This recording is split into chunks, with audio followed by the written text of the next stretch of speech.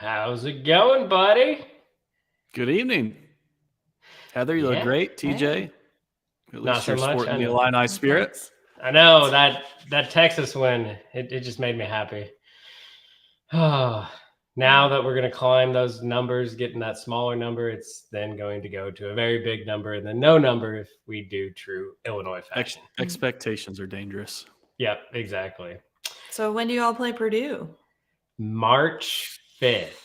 That late in the season? Very last game of the season, Oh. if I remember right. Oh, Yeah. that'll be a good one. Yep, we're going to have a bar watch party. Yeah. Ooh. Division friends. in your household. Yep. A little bit. Yeah, just a little bit. So tonight we're going to have fun. We are going to drink our Starlight picks that we picked. 6 months in the waiting.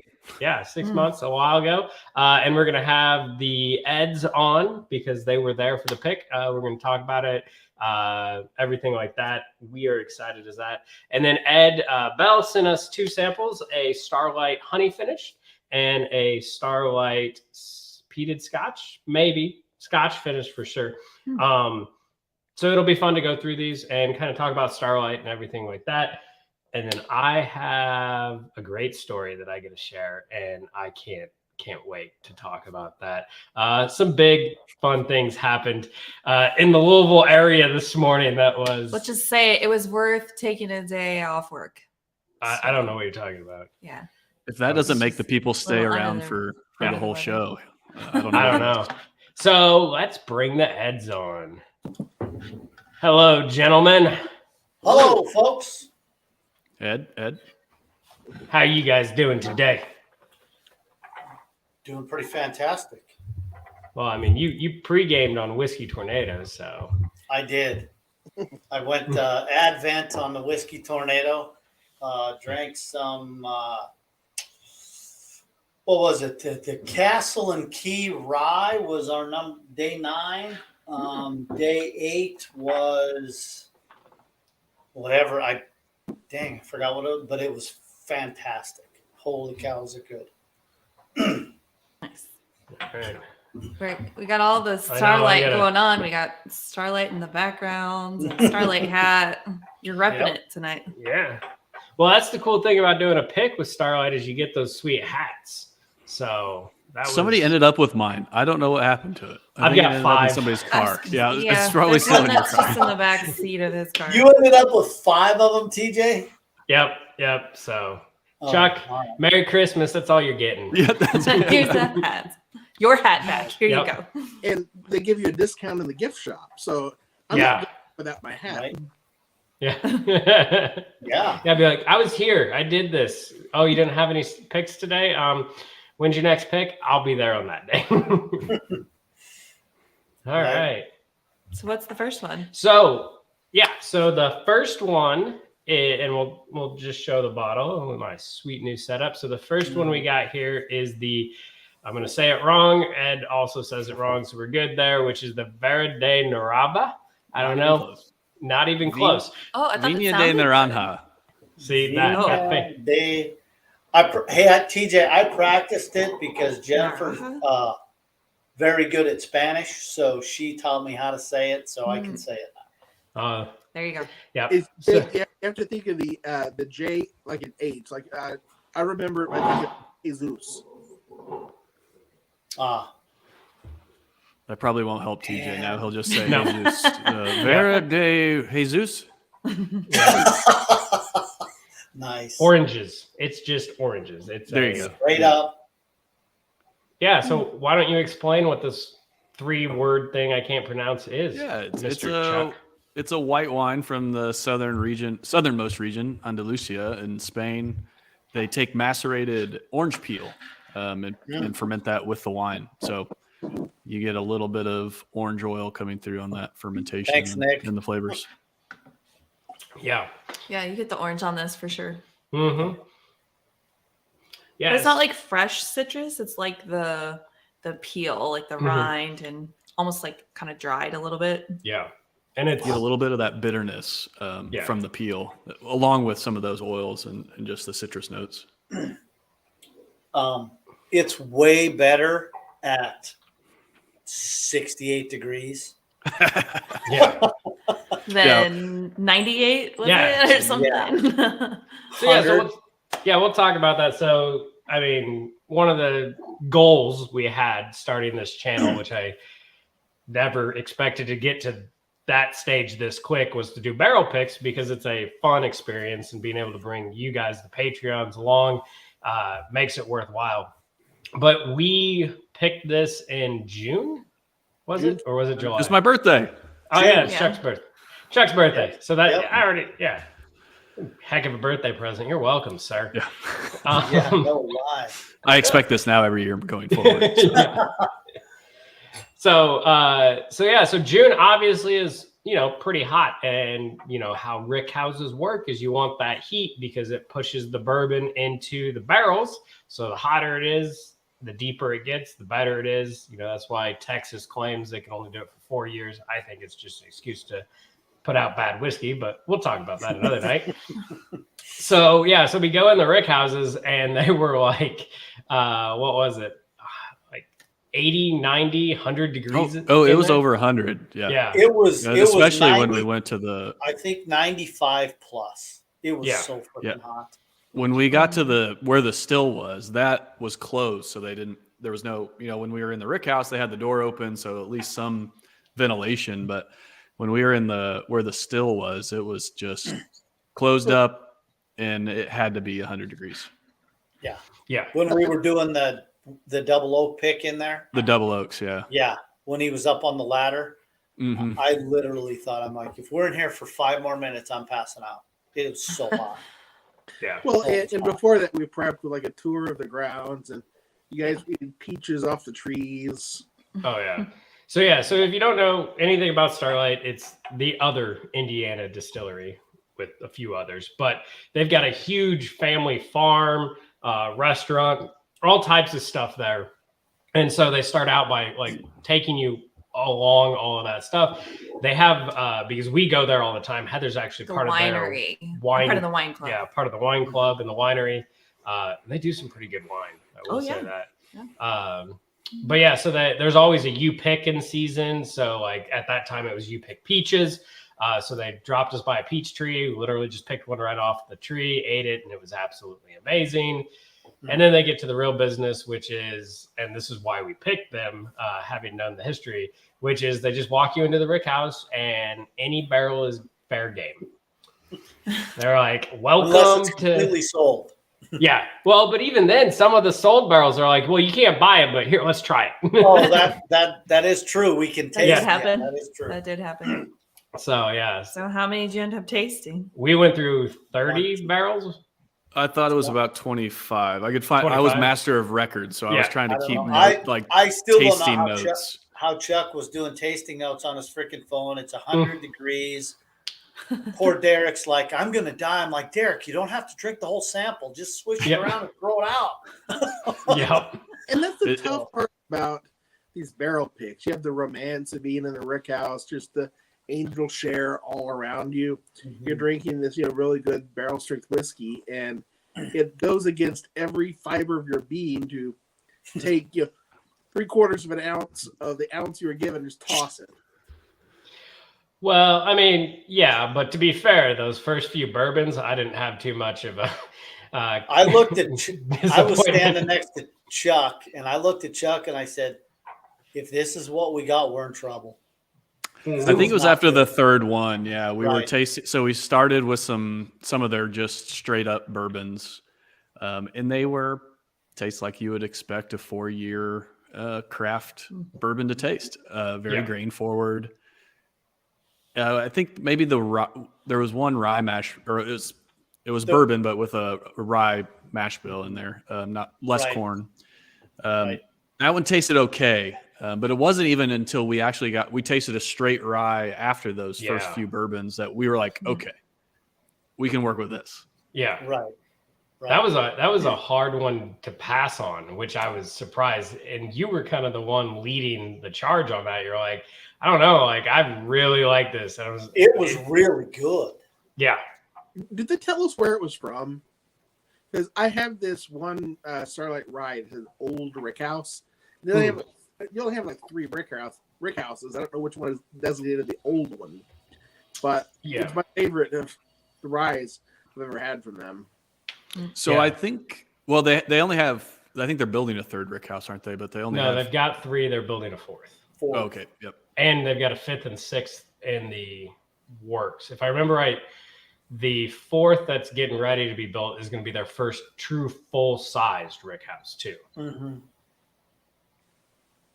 So I don't know if that was necessarily specific to that rick house, Ed, or if that's just part of their labeling and branding. Mm-hmm. I have seen that on the label before, the old rick house. Well, and ours says that as well. It just says double oaked. Yeah. Well, aren't they kind of known for their ryes? Isn't that their strength? Well, so most of your craft distilleries, your new guys, are more known for their ryes and their bourbons because you can get rye to full maturity at about 4 years, and it'll be really, really good. Whereas bourbon, tons of argument, but generally speaking, you're talking the 8 to 12 range is where a lot of people say it's perfect. Yeah. So, but yeah. Yeah, like Hard Truth, that sweet mash they're running is between 2 to 3, and that stuff is fantastic. Wonderful. Yeah. Yeah. So Nick asked, does anybody get orange creamsicles Yes. on the nose? Yes, Nick. I'd agree. Yeah. Orange creamsicle, orange marmalade, candied orange peel. I And mean, that's exactly what I get. The candied orange. So I will send. I pulled up my notes from the barrel pick here. I will send somebody a really nice sample if they can guess which sample. So in the number of tastings, starting with the first, when the VDN was in our tasting.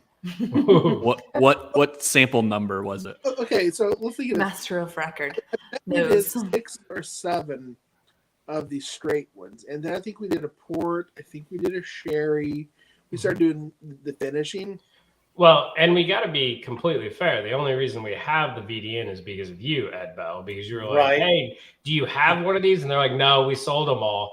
And you were just like, but then it was Christian who we're with, which is one of the kids who runs the whole distilling operation. And he was like, wait a second. And like, he literally just like starts squeezing in deep into the rick house and then just like magically comes back like, I got one. Like, okay.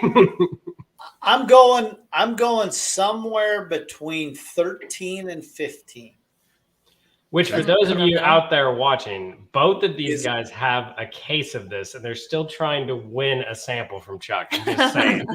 Oh, I didn't say I was going to send. I mean, I'm happy to. No, he said a nice sample. Oh, he said a nice sample. Okay. We had at least a dozen pours or a dozen samples under our belt before we got to the VDN. That's okay. I guess a good guess because in my head I wasn't going that many. Oh, we had the first 4, 5, and then I think we had 5 or 6 finished. Mm-hmm. Yeah, and then I think he went back to another, like either a rye or a bourbon, and then Ed Bell's like, "What about the VDN? Let's look." Yeah. I'm going to say it's between 10 and or between 9 and 11. Yeah. TJ, what is it? Well, I just like the fact that he doesn't when we first went to taste it, Ed Sturger over here was like, "Hell no, I'm not drinking that." Like, what? Okay. And then we talk him into trying it, and he goes, "Whoa, this is really good." Yeah, you're right. I was like, okay. Now we're getting somewhere. This is some shit right here. I would guess like 18. I'm going to go further back. I bet it was further back than what y'all think. I'm going to go 15 and a half. So Ed Bell's a winner. It was number 11. Wow. Oh, it was earlier. Oh. Yeah. Because we didn't try many of the finish. We did like a port, a sherry, and maybe one other thing. And we did a port finished bourbon, a ruby port bourbon, a port finished rye. Is that like a runner up? A sherry, and then the VDN. Yeah. So I'll say a VDN finished bourbon, it's not a normal bourbon. Yeah. it's don't compare it to Wild Turkey 101 or whatever your favorite bourbon is. It's a different animal. It's it's a lazy man's cocktail. It's a sometimes bourbon.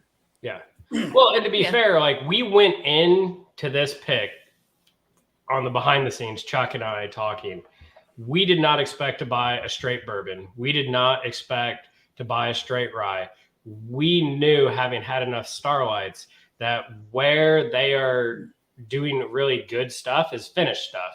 Yeah. And it's at half the price point of Bardstown finished product. And I would argue some of them are getting right up there with the Bardstown stuff, especially when I can buy 2 bottles to the 1 bottle. So we went in the idea of wanting something different and special finished. And yes, Nick West, if there was a cognac or an Armagnac, we would have probably been all on that, but there were none at that point in time. Otherwise, yeah, that would be sitting here too. So they let us taste an Armagnac finish, and actually I don't even have it, but it was sold already. So I didn't even take any notes, honestly. And that was sample number 24 or something. So yeah, my notes get fewer and fewer. God, this thing, it continues to like evolve in the glass, because I'm sitting here and now I get carrot cake. And if I'm getting carrot cake on a bourbon, it might be the greatest pour I've ever had. Because carrot cake's my favorite top 2 desserts of all time. So I get a strong chocolate note in the palate. It's like a sweet orange with cocoa, and it's delightful. Well, that's like the thing. If we're talking candy, it absolutely reminds me of is what I always got and was excited for Christmas morning is those chocolate oranges that you whack on the table and open up. That is what I get as this, like to a T, and it's just with great. A sprinkle of cayenne. Yes, there is a little bit of spice back there. Yeah, there's a spice. I'm not. But it's that warming. Okay. Warming pepper.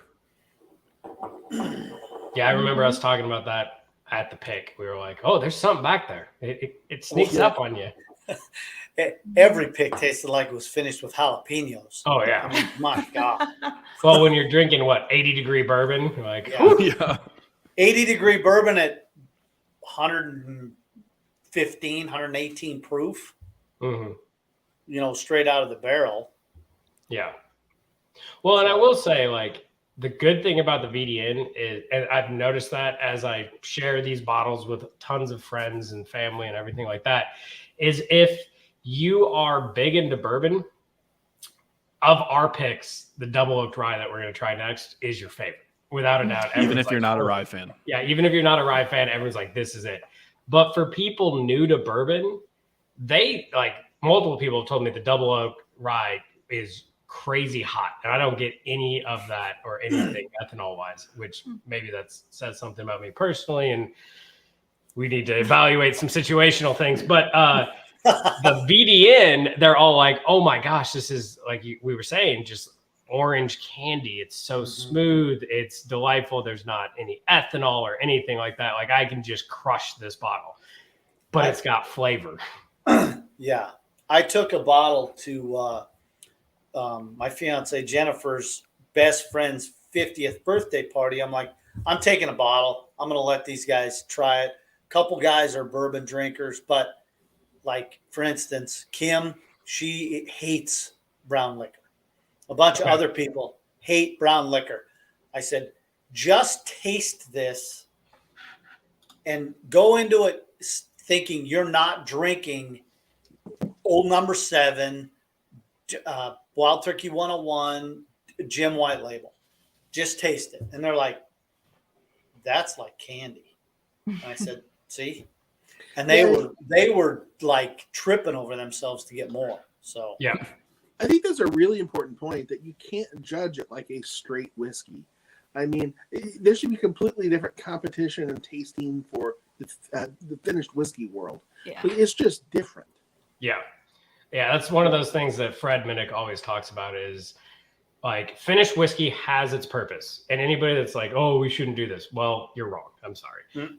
But it should have its own category and not be put up against, your straight bourbons. And I'm even okay with it. Like the other thing you need to do is we need to get what the label should look like. What are the requirements and all of that stuff. So it's not, because there is also a big difference between what Starlight and Bardstown Bourbon Company is doing with using used barrels versus what like Basil Hayden is doing with injecting port into the blend. Those are two very different things. Oh, absolutely. Yeah, well, there's no, and that's Fred's biggest thing is like, tell us what you're doing. There needs to be some regulation or transparency. That's the perfect word. There needs to be regulation that's accurately enforced, not allowing Screwball to have the word whiskey within 5 miles of their label. Yeah. But even within more, I mean, Screwball's way out there, right? But we're even saying like, is recharging barrels okay? Or can there be any residual liquid or, Well, just having go on and on. Yeah, and having a true different category, then you would be able to, like in the all the famous competitions, San Francisco, all that, you would have them in their own category, and then I can see what are the best from this, opposed to them trying to compete against regular bourbon. Like the VDN is a perfect example. Like as soon as I try that, I know something else is part of that, and as a taster, like I would think if you're judging straight bourbon, like to me, while it's good, I would have to give it negative points or bring it down some because this is not the true bourbon flavor I'm judging. I don't think that they go into a different category, don't they? Because they say this is bourbon finished in something. Okay. So it's not straight bourbon whiskey. So in San Francisco, they're not judged together. I guess it'd just be in the whiskey category. Yeah. I wish some of the legacy distillers would dip their toes into this market. I mean, I would love to have those barrels of get wasted for Wild Turkey 81 and have them do the Wild Turkey VDN or Wild Turkey Double Oak and some of these things. Yeah. Does it work, Ed, because it's small? Just thinking about the size of the bourbon industry or the size of some of those distillery runs from Wild Turkey, Jim Beam, Brown Foreman, like they work because these small spirits, whether it's an Armagnac or a VDN, like these are not a large number of barrels. Right, but if you look at someone like our Turkey or Beam, they're not afraid to put out limited releases and small numbers and people clubbing themselves over the head to get Knob Creek 18 or the Turkey single rickhouse. I mean, they're perfectly willing to put out small things that not everyone's going to get, or Jack Daniel's Coy Hill. Well, what's the who's the owner of the Irish Johnny Walker? The rumor is, didn't they have a sherry company for the sole purpose of making sherry butts to use in their scotch? Yeah, like that's the only reason they have that. They own that business. It's basically just a barrel production. Well, I think something I like about Starlight is even though their straight bourbon is young and it tastes youngish, you can say here's my plain bottled and bond bourbon, and here is that finished in something else. I would love it in Scotchland if I could just let me know what Macallan whiskey tastes like before you pour in the sherry. Yeah. All right. Yeah.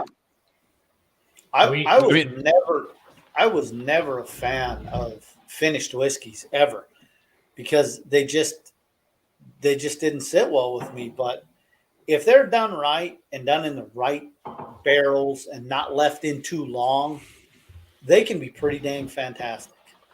That's what I like about this. It augments. Yes. One, it strips away some of those, like the young grain notes that we were getting on the 4.5 year just straight bourbons. So that's gone. Like you don't get that at all here. And then it still lets like a pepper finish. It still augments some of those natural just bourbon flavors.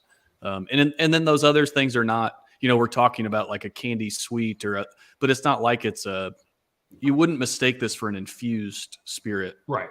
No. It's still a delightful and enjoyable pour for bourbon lovers. There's none of that artificial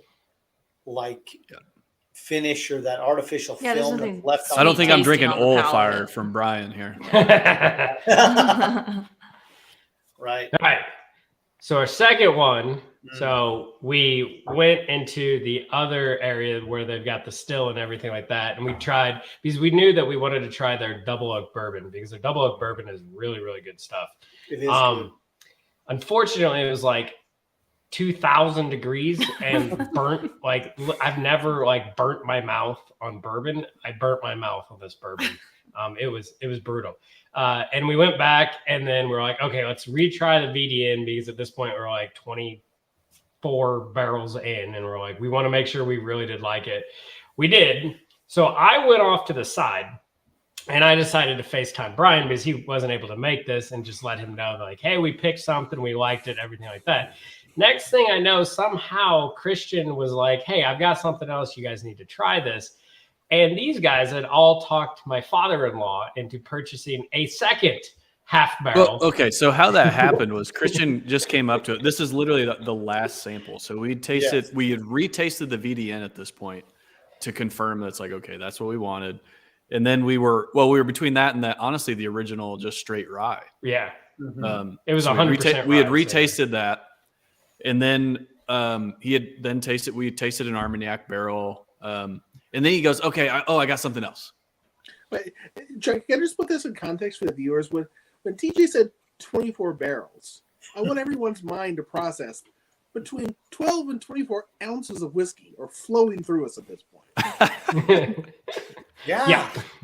Good thing I was typing and not writing. It's still very legible. My notes are legible. Thank goodness for autofill. Yeah, that's right. Yeah. I don't know if I said that, but anyway. So yeah, Christian comes up with this sample and goes, "Oh, let me know what you think of this." And he doesn't tell us what it is at this point. Yeah, he wouldn't tell us. Wouldn't tell us. And Go ahead, Chuck. Yeah, go ahead, Ed. Oh, I was gonna say, he pours it in the glass. There's 6 of us there. It's silence. And I said, this is a toasted rye. Yeah. Like I picked the up look nutmeg. on everybody's I face picked is, up. holy, yes, please. Yes, round it out. That one. This is the one. And then I was like, it was the realization. We had the VDN and we liked it. And then we had this second, and we were like, whoa. Can we buy 2? Right. Well, so I was playing the long game off to the side. I was like, well, let's just buy as TJ always the does, double oaked rye. I was like, we'll pay for that, because I know Chuck likes that VDN so much. Maybe I can just get him to buy that one on the side, and then I can enjoy it.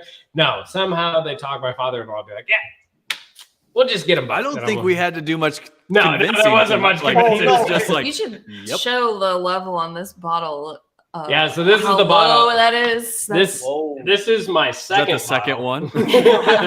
Really? That's how good it is, y'all. Yeah, and so we appropriately named this the Hidden Stash, because also our wonderful photographer decided to grow a mustache that day. I don't know why, and showed up with that. So shout out to Tristan, which was a lot of fun.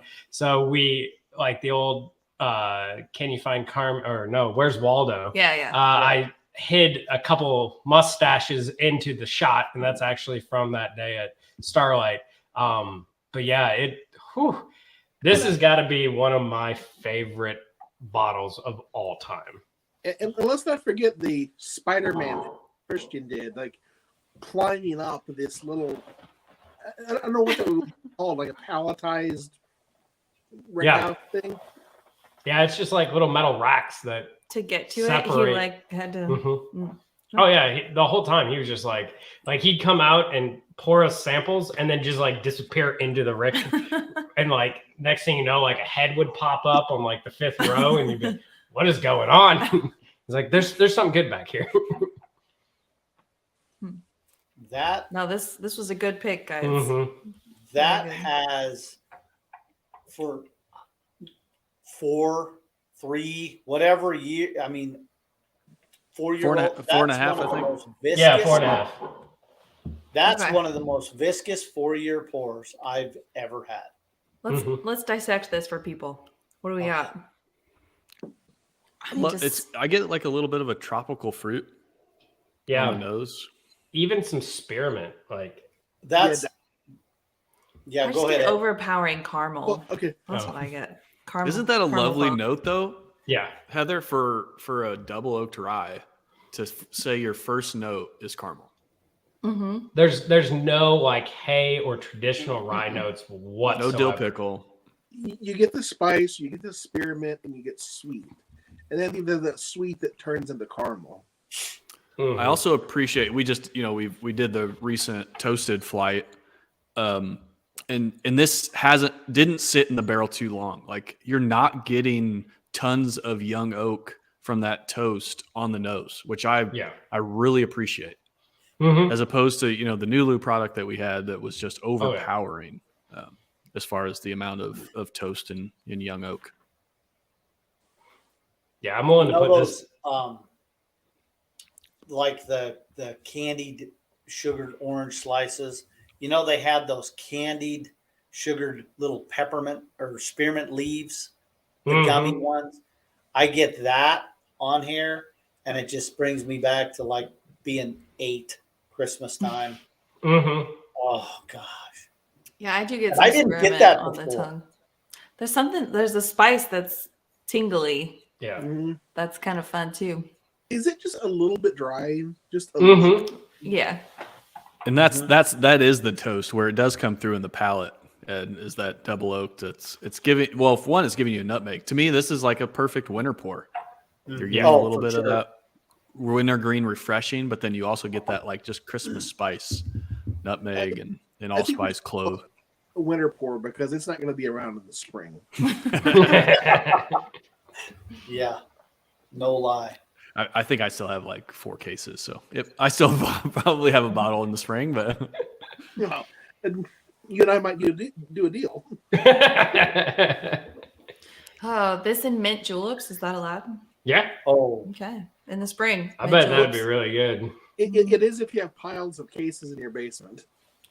They're So- going a lot quicker than I expected. So Heather, that'd be a great episode. Hannah and I were talking. We were going to do what is the best. So now that we have 3 picks, Power Bourbon picks, what is the best Power of Bourbon old fashioned? Ooh, But also really? just building off of that, we could just go into a cocktail episode on Power Bourbon picks and Yes. let you run. do it.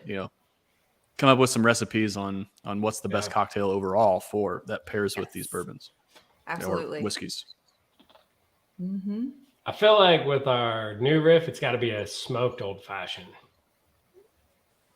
yeah. I think there's enough smoke in there already, isn't it? Oh, you gotta add more smoke.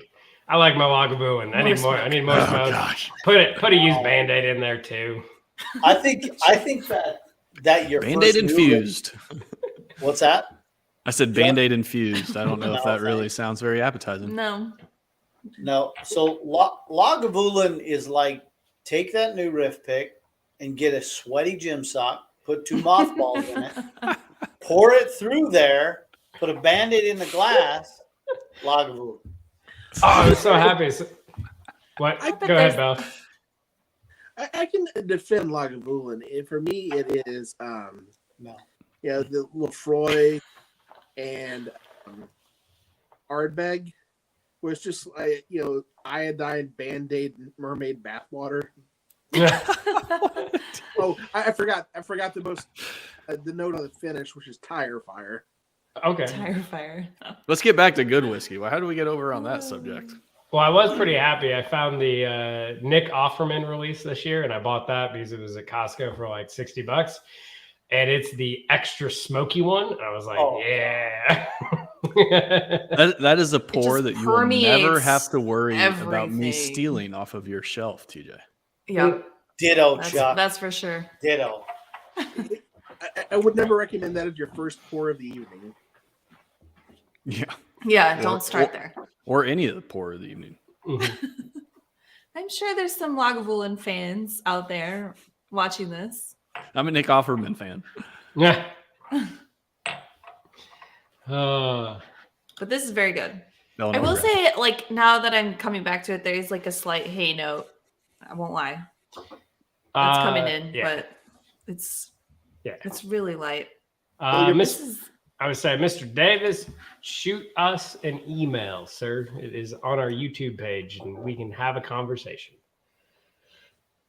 But it's so sippable. It's just an easy drinker too.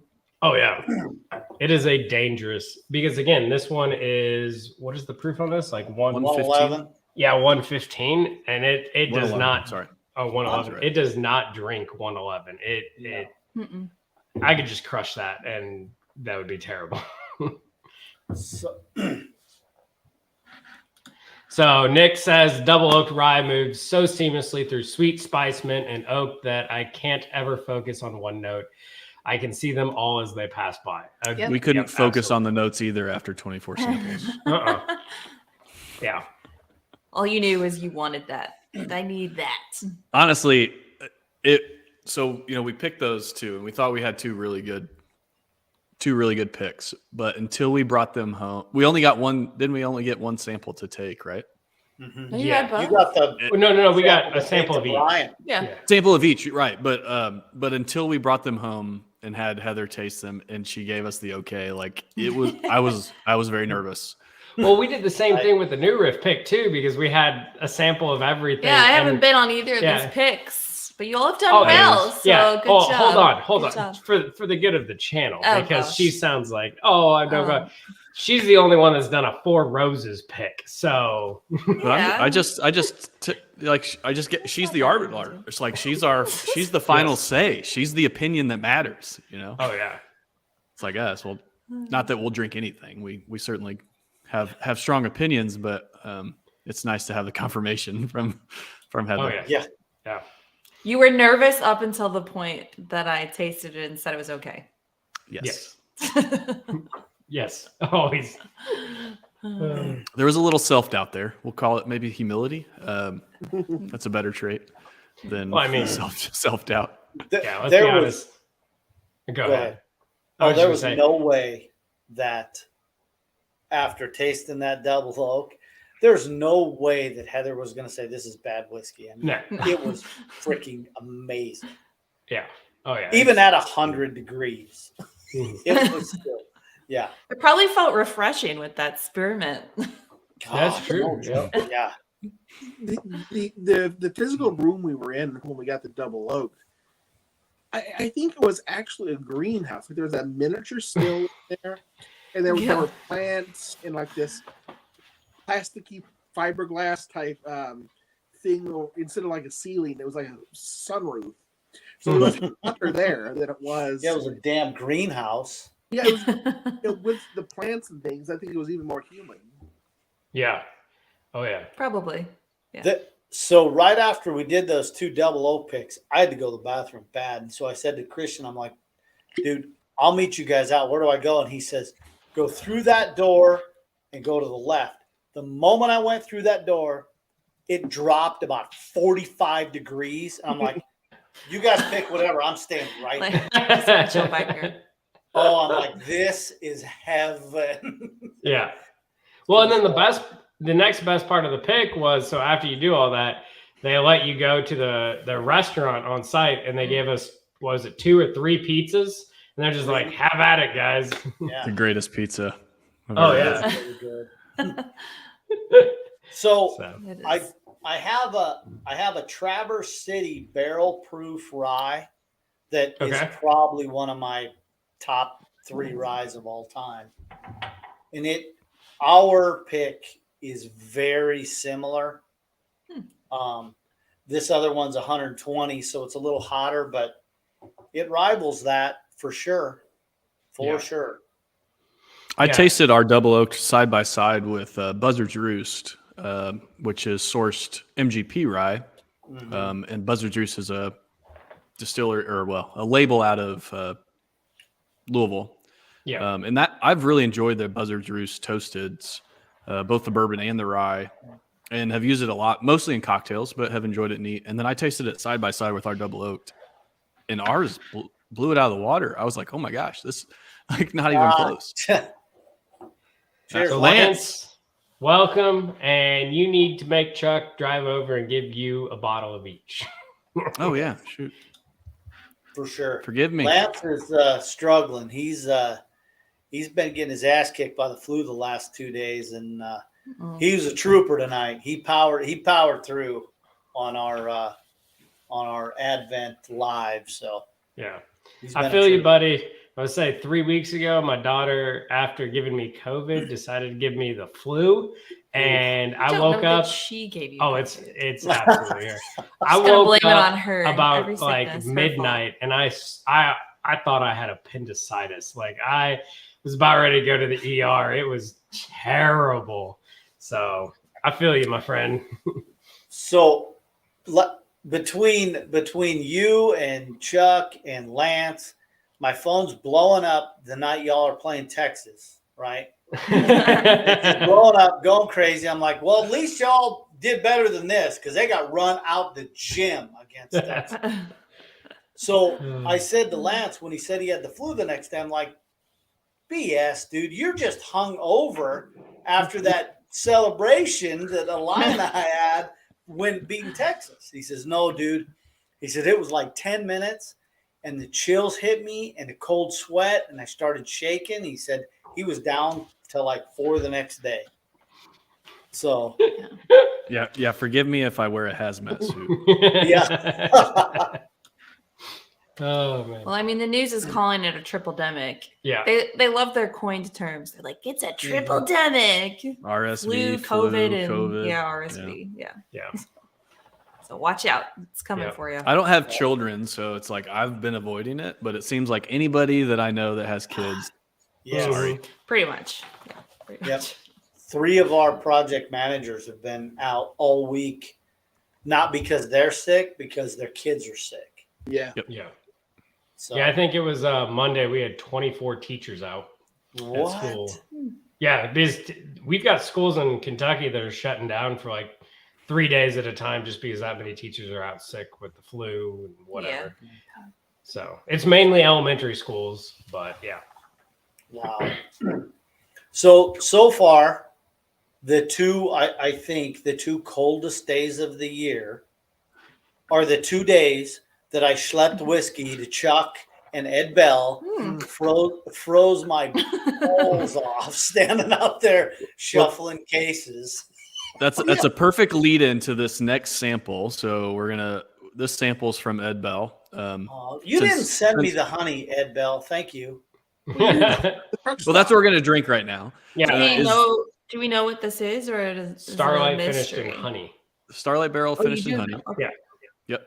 So this is from my favorite Ed of the night. Yeah. Since I say my favorite Ed is whoever sent me the samples last.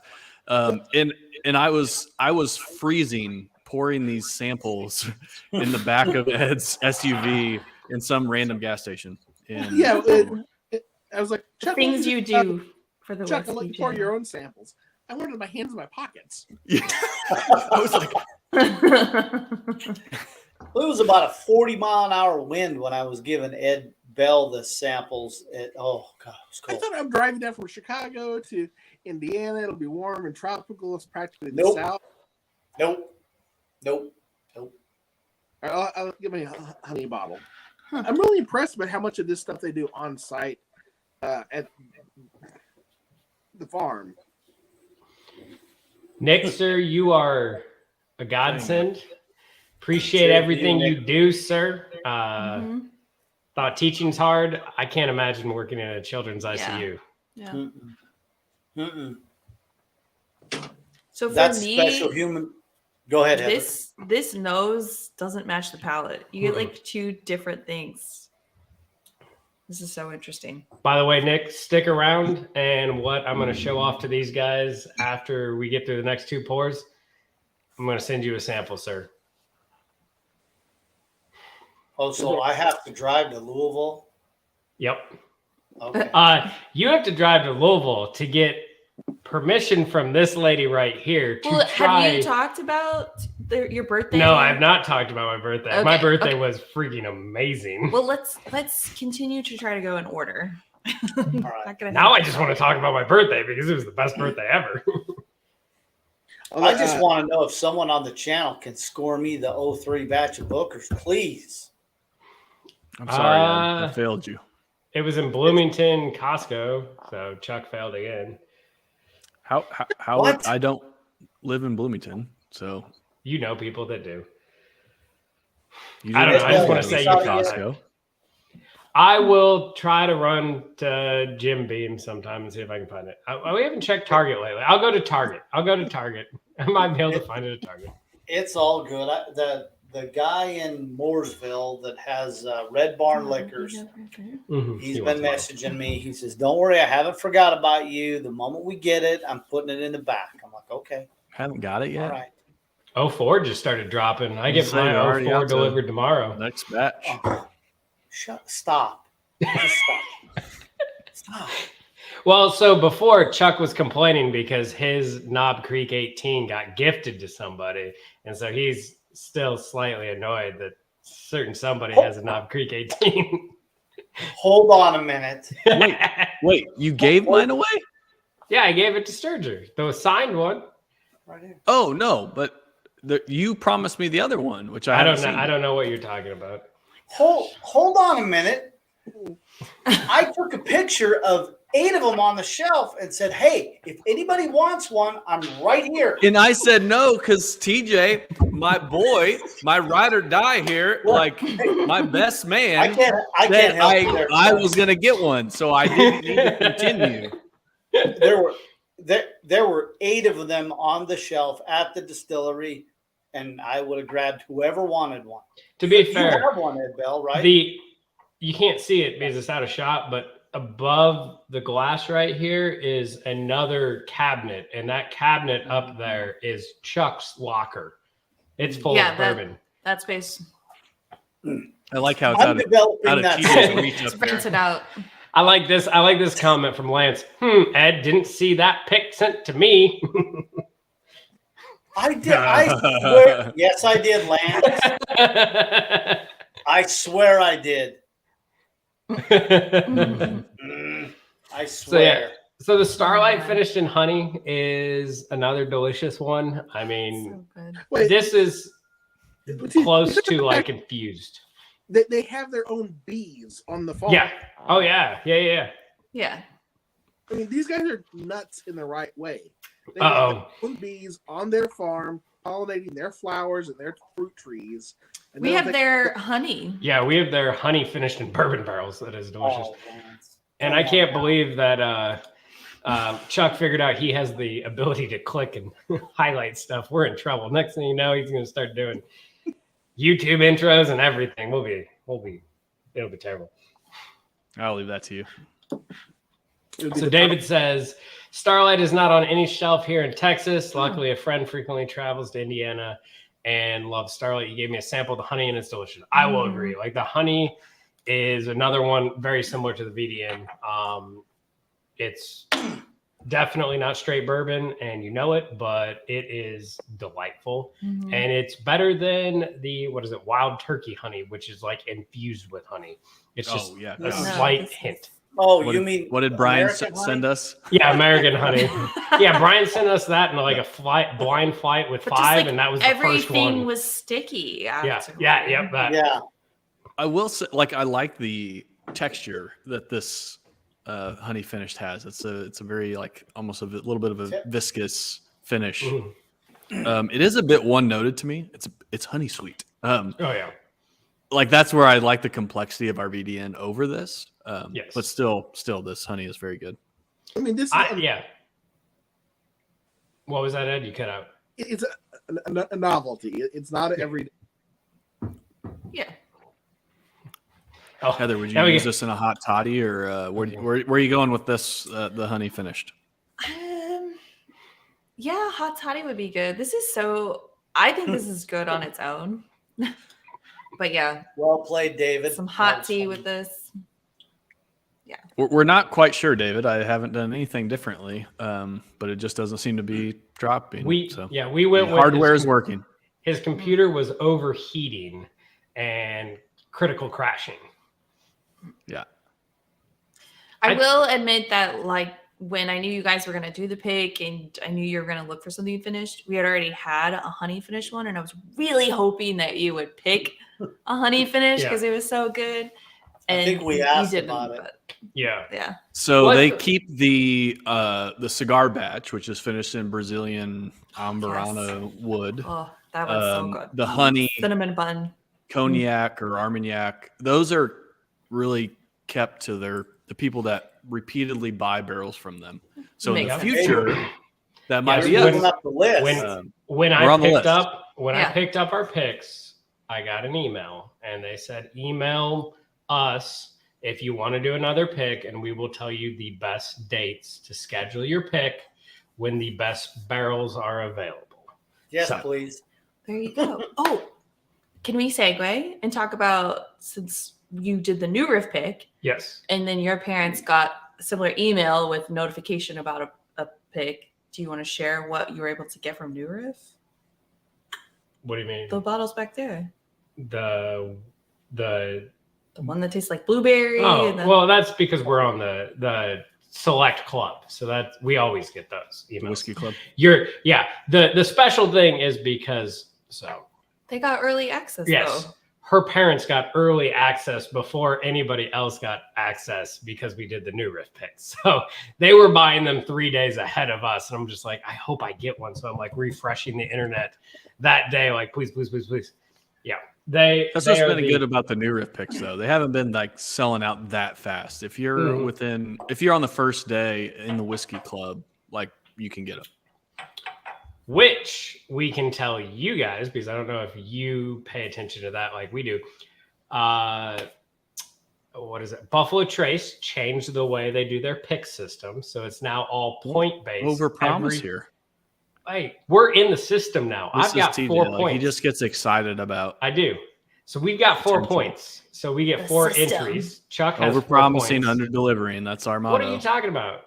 It's completely random. So yes, so we are in the Buffalo Trace lottery All right. system. We've And been trying each for year- Buffalo Trace barrels Yes. for the last couple Well, years, and it will is a you let- nightmare. Will you let me finish my story? So first sorry, off, go ahead. instead of 1 time a year, they're now going to do 4 drawings a year. And each time we don't get picked, we get another point. So we might be on all of our deathbeds, but that'll be the year we get the Weller Foolproof. Just saying. It's just like if you're going to draw a moose tag in Montana out of state, you just keep getting points,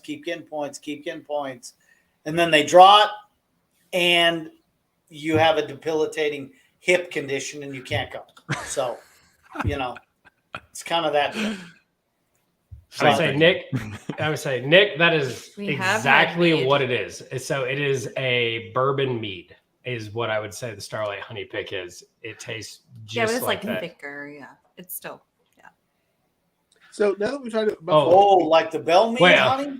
Yeah, no. Mead is what we were talking about. So let's say. Oh, You see, Jackie Zykan said she's tired of people saying Hidden Barn is going forward, and the consumers are just used to strip down neutralized spirits. I didn't see that, but I did see how very quickly they quit using the Neely distillate and they switched over to MB Roland. And I'm not going to lie, when I see batch or series 2, I guess is what it's going to be, come out, because I've had MB Roland product and it is really good, I will gladly buy it because it is supposed to be 7 to 9 year MB Roland for this series 2, and it's going to be good. Like we said in our review, if you haven't watched it, you can see it on the channel. I think she did the best she could with what she was given, but it was grain forward. It was young. It wasn't ready. I'm glad they switched to a different distillate. I think the MB Roland is going to be great. Yeah, you can think that until I taste it. I am not a believer. So Right. but I do think they panicked and they put out something that they probably weren't expecting to this fast because of the responses. And that honestly, those quotes, I'd be interested to actually see whether that was a tweet or an article or what. I'd be Starlight. Yeah, Ed's just saying go buy Starlight. 4.5-year-old distillate. That is freaking fantastic in both. they of know these what picks. they're doing, and Christian and his brother, they got it figured out. They're not I will messing say, around. yeah, but I will say I've had some MB Roland and it's really good, and it's a small place out of Western Kentucky. So I will throw support to things they do. Well, so my question is that sustainable? Because they've already it seemed like that was the first releases, like that's what they were distilling for. It's like connected to that distillery, right? and then now they just jump ship to MB Roland stock that they may have had, but it's Amen, like, Lance. can they continue to supply 7 to 8 year? Right. Yeah, so that is a very good question. But yeah, no, I agree with you, Lance. If she's doubling down in everything she's trying, she wants grain forward, which I feel like is her way of separating herself from the old faux line, because that's not grain forward. It's going to be a hard sell because, I mean, and to Her be and fair, Fred that's Minnick will like it. And that's it. yeah. Well, and to be fair, that's really was the problem we had with the Starlight Bourbon, just a straight bourbon. Mm-hmm. I don't know if they're going for a grain forward bourbon. So even at 6 and 7 years, there's going to be grain notes. And if that's the case, like, you're going to lose people. I mean, Chuck is a perfect Who example. does that? Who ages something to 7 years and is like, I want grain? I mean, there's a few people out there that Who? there's Like what product? Because you can get grain if you like. Yeah. Okay, let's do this in 2 years and Okay. save the 5 years of aging. So my question with Starlight is, what is their inventory of barrels that are aging beyond 4 years? I mean, That's a good we know question, they're selling these finished bottles, cases, you Yeah. know, fast as they can make them. So are they willing to put the brakes on the finished whiskey sales today, who have 6 to 8 year product in the warehouse? And I mean, I think some of that may be their 15 or 20 year plan by building more rick houses. Although some of that's just filling supply of their finished And products. I'm willing to See that, partner of with course. them as a consumer and buy their finished product to fund the warehouses, because I'm excited to see, like, what is this going to taste like 6 to 8. Well, I so would love TJ, to what was taste their their release? 6 year. They just did a release of it Was was it 6 and a half year bourbon and 8 year rye, I think. but they the price tag.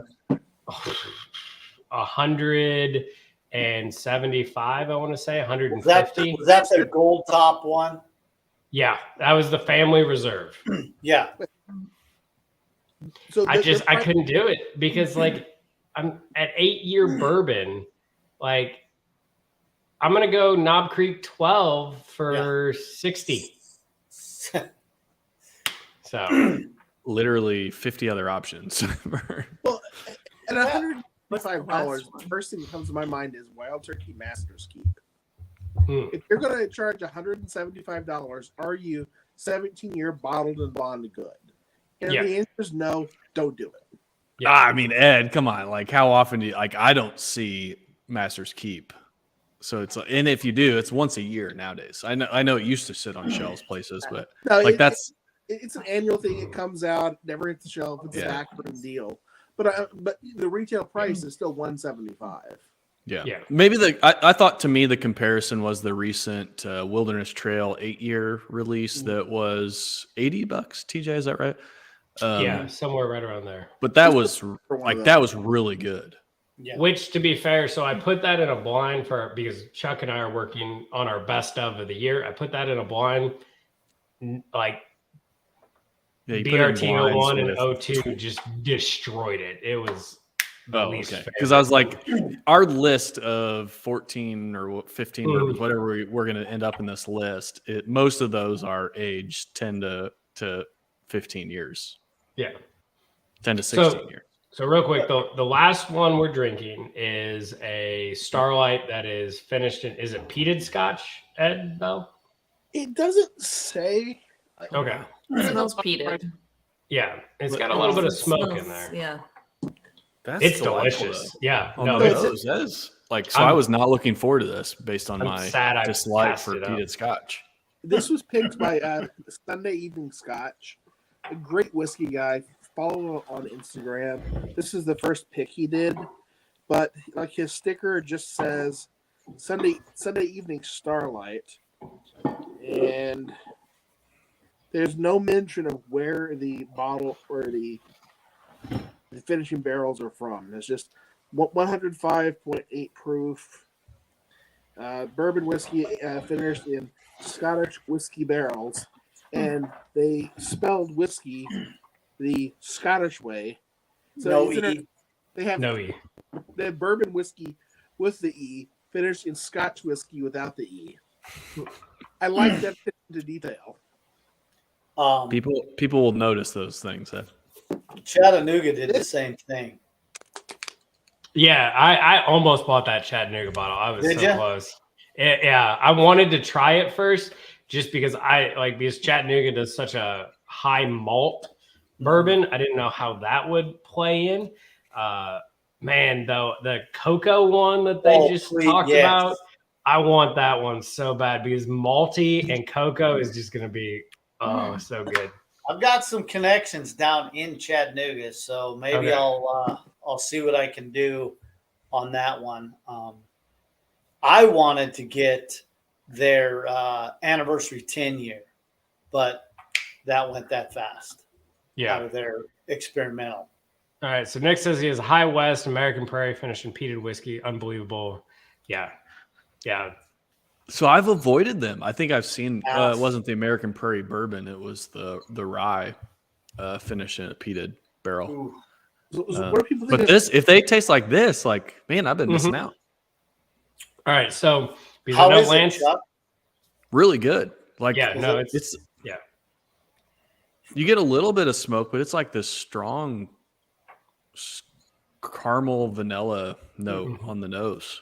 It's like a creaminess it adds a depth and complexity to the whole thing, and just this would be one of those that could just keep drinking. And then honestly, to me, the palate it almost reminds me of a toasted finish. Like it is just it's a lot of clove and allspice. Yeah. All right. So since I do know Nick and Lance are still here, so a birdie sent me a message last night, said that I should go to Four Roses today. So I went to Four Roses. There was nobody there, but I got in line anyway. Fifth in line. Yeah. So it was great. So it opens at 9. I got there at 8. There was no line. I was like, oh no, my inside source was wrong. Then all of a sudden, one person got out of the car, and if you've ever been in bourbon that much or anything like that, once one person gets out, everybody gets out, which instantly made me think, I want to see at a distillery, they line everybody up 100 meters away and just make everyone race for it, because it would be hilarious to see 50 old guys pull a hammy like that and just drop. Oh my gosh, it'd be great. Yes, please. It would be great. Make a mini obstacle course. This belongs on We Are the Champions. If you ever watch that on Netflix. Yeah. No, you wouldn't need an obstacle course. It would turn into one. Yeah, it would turn into one. Just shove people. Yeah. So anyway, so they opened today, and they had these. It is an OESK that is 18 years, 5 months. So this bottle, I do feel like needs to be opened. Wait, before you open it, do we have the secondary market value on that? Happy money. Yeah, hold on. So here's the crazy thing. There were only 20 people in line. And so there were guys can I go back in? I'm like, you do you. I'm not getting put on a banned list from Four Roses. And other times we've purchased from Four Roses, they've scanned our ID.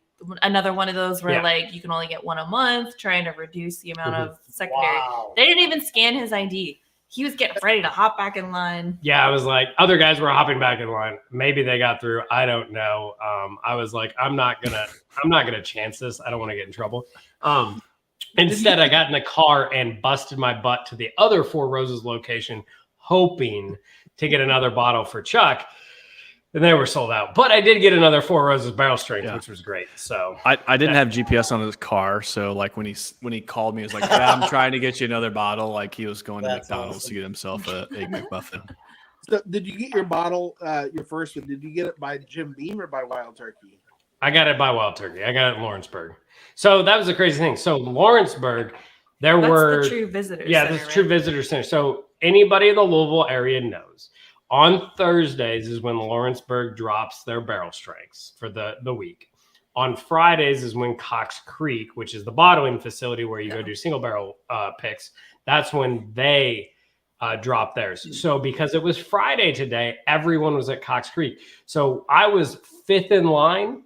Apparently at Cox Creek, they started lining up at like 6 a.m. and there was 75 people in line.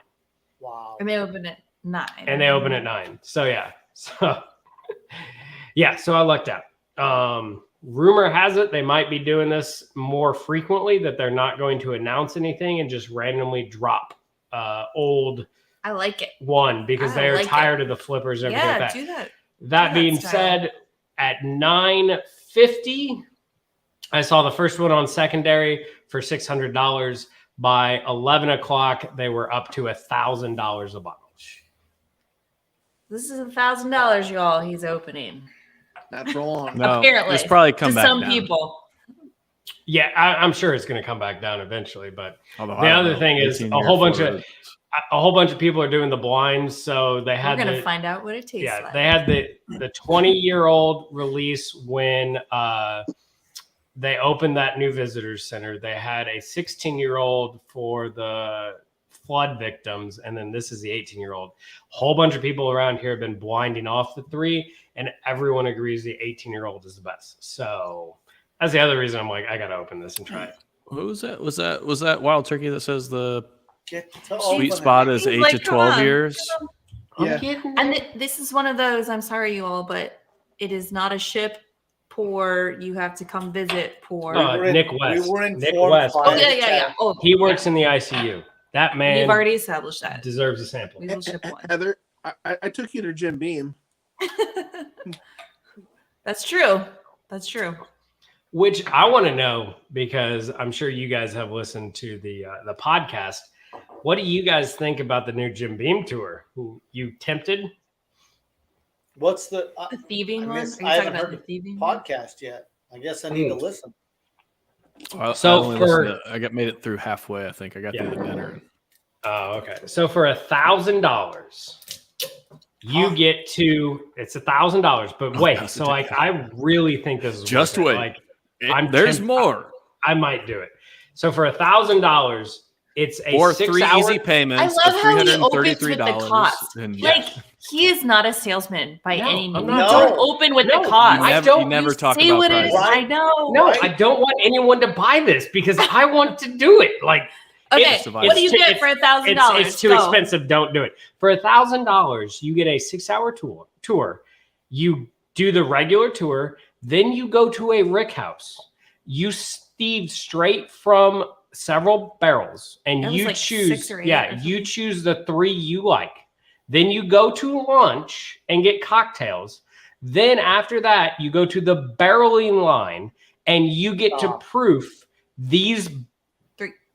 3 to whatever proof point you want, and you get 6 bottles Stop. of them, Yeah, and you get full a bottles. case all included. that you get to take home with your 6 personalized bottles that you thieve straight from the barrel and proof to what you wanted, and you get to take them all home. Hey, TJ, I'm free any Saturday in January. Exactly my We'll point. sign up for it. Because when you factor in lunch, cocktails, Just the bottles 6 themselves. hours, the bottles. Now, they did not clarify if it was 750 or a smaller bottle. So that is one thing I want clarified and all of that. But still, like, you could be the first person with a Basil Hayden straight from the barrel. A foolproof Basil Hayden. I bet that's pretty damn good. This goes back to when you brought up price at the first. Hey, You're not a salesman, TJ. You shouldn't have finished with that. burger timeout.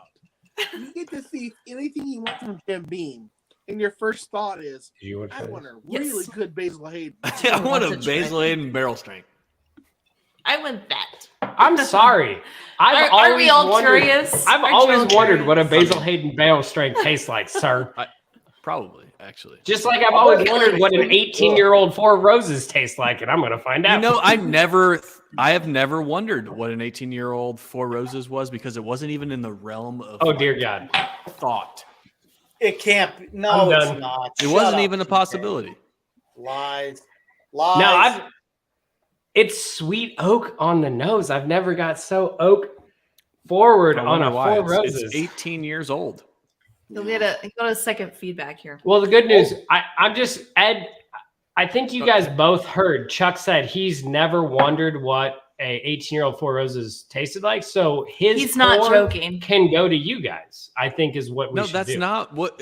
It's just Yes, unbelievable. yeah. It's unbelievable. Hey, Bill, I'm splitting it with Hey, you. I will be the Yeah, first one. me. I'm going to be Majority at rules. your house in January. Splitting it with for you. New Year's. Look, if we're cracking 18, then I'm gonna crack 18. Oh, nice! You're gonna the signatures and all. I'm excited. They didn't sign the liquid, No, so It's meant to be I'm drank. gonna drink the liquid. this nose is amazing. I'd open an 18 too, but I'm feeling left out because I don't even have an 18 year. Sorry. Aw. Oh, Yeah, everybody What feel was bad that? for Chuck. Anyone else? See TJ levitating. Yeah. Oh, he did get a little taller, didn't he? Oh, wow! I haven't even tasted it yet. I'm willing to say That's it. wonderful. It might be a little over oaked, Don't say that. which means it's probably perfect for Chuck. Yeah, This is- exactly. This is such a nice Four Roses. Like there is the sweet oak, like he said, but there's this really nice floral note. Yeah. It's so pretty. This is such a pretty nose. Hey, I haven't even Ed. tasted it yet. Yeah. Lance said he'd open an 18-year-old, but you didn't text him. I think he's referring to me since I gave you the Hey, Lance. No, I How think it many was the bottles- 18. how The many- No, he's talking about how non-proof 18s. How Sturger many texted bottles everybody. of Harvest Oh my Market have you goodness. That's sent good. to me? Okay, so it's not over oaked. What you're getting, it's just so much floral, but it's this like muted floral. Oh. I know it's gonna sound weird. It's kind of potpourri-ish, So but that's what I describe sometimes for roses, which I think either people love it or like this is absolutely. just it's different. what- It's hard Hey, to categorize. TJ. On this palette, it's kind of muted by some kind of sweet note. Some kind of sweet note is muting it. Oh, it's So you get the like potpourri floral, but then Mhm. So, Chuck, and it just kind of it For just me, silences it. I love the floral. I hate the herbal. Uh-oh. And on something like the small batch or small batch select or whatever it is, the herbal is dialed up a little higher, and I just can't get into that. So I need to send you a couple of mine then, Ed. That are I classify more as it's a sweet oak floral. I'm that just enjoying are the. really Hold on, nice. everyone, be quiet so Sturger can pop the bottle. Chuck. It's amazing his bottles say Chuck. Hey, just FYI, on the 18 year, Knob Creek finally figured out the wax. Took them 18 years to figure out the wax. I don't think they did the wax until after that's new wax, Ed. I know, Chuck. I know. So when we were at that dinner, it was funny. Yeah. So Fred and Freddie were talking about the fact they're like, oh yeah, and we've got some that are like 20, 22 years. They're not good. So we're not going to release that. I'm like, Yeah, you are. maybe that's on that 1K tour. Like, you know, this Right. 22-year-old knob, nobody's going to like. Do you like it? Yes. Yes, I do. I will take it. Hey, TJ, seriously, when you're ready to, I know, right? put down, call me. So Lance Wait. says potpourri is very common on Four Roses OESK. It's dialed down on the floral and herbal for me, which is why I usually love. Yeah, Oh, yeah. It's that- a good. That almost I would agree. It's a good recipe. that almost Yeah. sounds like Lance. You need next time you're in Louisville, you need to come visit the Power Yeah. of Bourbon bar, and Lance, might pour Don't you a little worry, sample. You're gonna get some 18. Don't worry. Cheers, Bobby. Thanks. Yeah, calling cheers, in. Bobby. Cheers. Did you even share how much you paid for this bottle? Oh, that's the crazy thing. Oh, How much do you think this bottle costs? Well, first off, I agreed to buy one before I even knew the cost. yeah. So how much? Okay. I'll So do this. the- Closest gets a sample. Oh, Chuck, you don't count. Chuck's 135. gonna get a sample in person. All right, 5. 135. For an 18-year? 4 Roses? David, Does Charlie know how much? you're out there, my friend. Put in a number. Closest wins. He got For me, Four Roses barrel picks are like, something I hear about but I don't see. So I've only bought like 2 or 3 in my life. It's basically like Bigfoot. Like I hear about it, but I've never seen it. 169. I'm pretty sure David was following the What Does Heaven Hill Have site. It was $89. Shut your mouth. Wow. Yes. Yeah. David, No- my no friend, lie. I'll send you Shut one. your mouth. Yeah, 80? yeah. Oh yeah, 89. So that's a crazy. So I will say this. So I talked to myself, said I wasn't going to do it before we went live, but I got to say, myself. Wait, what? everybody in the I said, secondary TJ? world that does the secondary crap, you are the problem because of this. They charged 89. I would have gladly spent $150 to $200 for this. I think that's absolutely where this deserves to be. I am delighted that they are willing to do 89. And I think part of that has to do with the fact the law has changed. And so they don't have to go through a distributor to release it at the gift shop. So They're getting making way more money than they Yes. do otherwise. They're making way more money. But when they see people are selling it on the secondary for $1,000 a bottle, and Four Roses is owned by a publicly owned company, and they have shareholders they have to deal with, those shareholders are going to be, why are you not charging more? So if we continue to have a secondary market pushing these prices up, the prices are going to go up. And that crap You're right. needs to stop. Supply and So- demand. Yes, there is a supply and demand, but So It never Bourbon is blue will. collar. Let's keep it blue collar. Right. they need to increase supply. This is terrible. But like everything about this was very interesting. The way they release it, like not being Yeah. just like whatever, we're gonna put it out there, putting it at a low price, Well, yes. and not scanning your ID. Like 3 things they were just like, you know what? We're just That's awesome. So at Cox That is- Creek, whatever. they did scan IDs, but at Lawrenceburg they didn't. And they Okay. also said they made it very clear they are sick and tired of the lines. They don't want the lines anymore. So the other thing they're going to start doing is they might drop it in the middle of the day. They might have it there and then say we're not going to drop it until 1 p.m.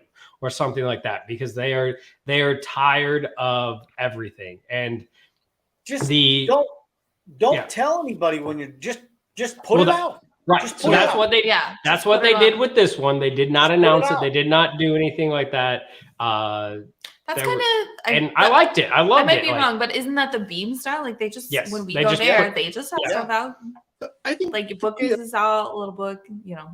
on this little, square thing, I think 3 of the squares would agree.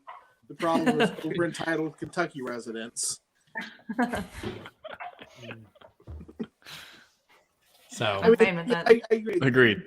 The I- secondary market is bad, but Oh, buying my. whiskey at auction or from European websites to get something re-imported so you can get your hands on it, that's okay. mhm. Are you looking for justification, Ed? I got my justification. yeah. Oh, that is an amazing bottle. Is this Look, confessional? Is it? Are you going to the say 7 Hail Marys and you'll be? I also got So I'm not counting. the 13-year-old father and son a few years ago. It's not very good because it's at a low proof that the Europeans can I handle. thought it was good for low proof. Yeah. Yeah, that's like saying it's good for a Yugo. So Let's jump the bridge, but we're in a Hugo. The 101. This is amazing stuff. Yeah, that 101.12. That bottle is going way too quick. that's good stuff. Yeah. So I would take So- your I haven't had it yet. Buffalo Trace pick and sell it for these. Oh yeah. So the other thing we can talk about. So it was my birthday last weekend, which was Happy birthday. thank you, the best birthday grow up I've ever someday. had. I know, one of Or- these days. Get older anyway. What are you like 36? Yep, That's it. exactly. I'm 36. I Um, was Hold on a minute. I will like give this. you. I like this. We just make up games as we go. Yeah. Sample. And I will give you a pour when you come visit next of the bottle I'm about ready to talk about. So Yay. we did a very amazing restaurant. So one thing Heather and I both very much enjoy is We're foodies. We yeah. like going to nice restaurants. yeah. So we found a really nice restaurant in Cincinnati called Boca. Actually, part of the reason I know it is because of Lance with Whiskey Tornado. BOCA, downtown. And yeah. I just Different called from them the one up. in Chicago. That's BOKA. Yeah. Yeah. So I just called them up and I was like, hey, by chance, do you have, I think this was Thursday. I was like, do you have an availability Saturday night? And they said, sure, whatever. They're like 5:00. I'm like, well, we have It's kind of early, but whatever. I'm like, Yeah. we have a 2.5-year-old. We're used to But eating you're early, not a big booking deal. on short notice at a really nice restaurant, TJ. Yeah. So you should probably do that took more it. in advance in the future. Well, I didn't think about it. So anyway, so we did that, which worked out perfect because we ended the night early and we were able to hop over to Newport, Kentucky and go to Revival Spirits, which is a vintage bourbon shop. So everything they have is really old. Yeah. And oh my gosh. So first off, so much fun. if A you cool get a place. chance to Very go, cool yeah, place. if you get a chance, go visit. It's actually in Covington. You said Yeah, Newport, okay. but it So is yeah. actually in Covington. Okay. Yeah, a little bit further across Yeah. the river. Yep. So they have amazing pours. We're talking like pours from the 80s at $5 a pour, like What? all day They long. have, yeah. So to describe it, it is a vintage shop, but they have a bar and they have shelves of open bottles of vintage pours at different tiers. Yeah. But a lot of bottles, Yeah. surprisingly, for vintage pours when Yeah. they're trying to sell other vintage bottles. He just wanted people to experience these, Yeah. vintage bourbons. I think the most So he opened them yeah, and I think the most expensive pours. pour was like Pappy from the 50s or 60s, something like that. So it was Stitzel Weller and it was $50 a pour. And I was still like, well, that's cheaper than regular Pappy pours. That's So- what I was just thinking. Um, Jeez, the reason I haven't had Pappy 20 because it's $60 a pour. Yeah. Right. So yeah. It's So, a town. what was that? Covington is such a cool town. Oh yeah, absolutely. So they're doing that, but then he also is getting ready to open a new place in conjunction with a hotel. And get this, he wants to do flights through the years. So he wants to do like We'll take a Jim 60s Beam. flight, 70s Yeah. flight, 80s Yeah. flight. So it'd be 70, so it'd be 80. like Jim Beam, but it would be one from each decade, and you would pay for that. And I was like, sign me up Yeah. and let Yeah. me know Do when that. you open. I Do will that. be We there. gave him Please. feedback. Okay, That is yes. not sustainable. That's what I'm thinking. No, But you would think, but I asked him, like, how do you get this stuff? And he's like, I get calls every day from people wanting to sell me stuff. yeah, he It's said crazy. yeah, he showed us literally like half an hour before we walked in, he had a box full of stuff. Somebody was like, had an estate sale. They just walked in. They're like, here, we have all this stuff. How much is it worth? And he went through and he's like, I'll give you $1,000 for it. And it was some crazy stuff. And I was just like, oh my gosh. And he's like, yeah, I'm going to make a little bit, but I gave him fair value and everything like that.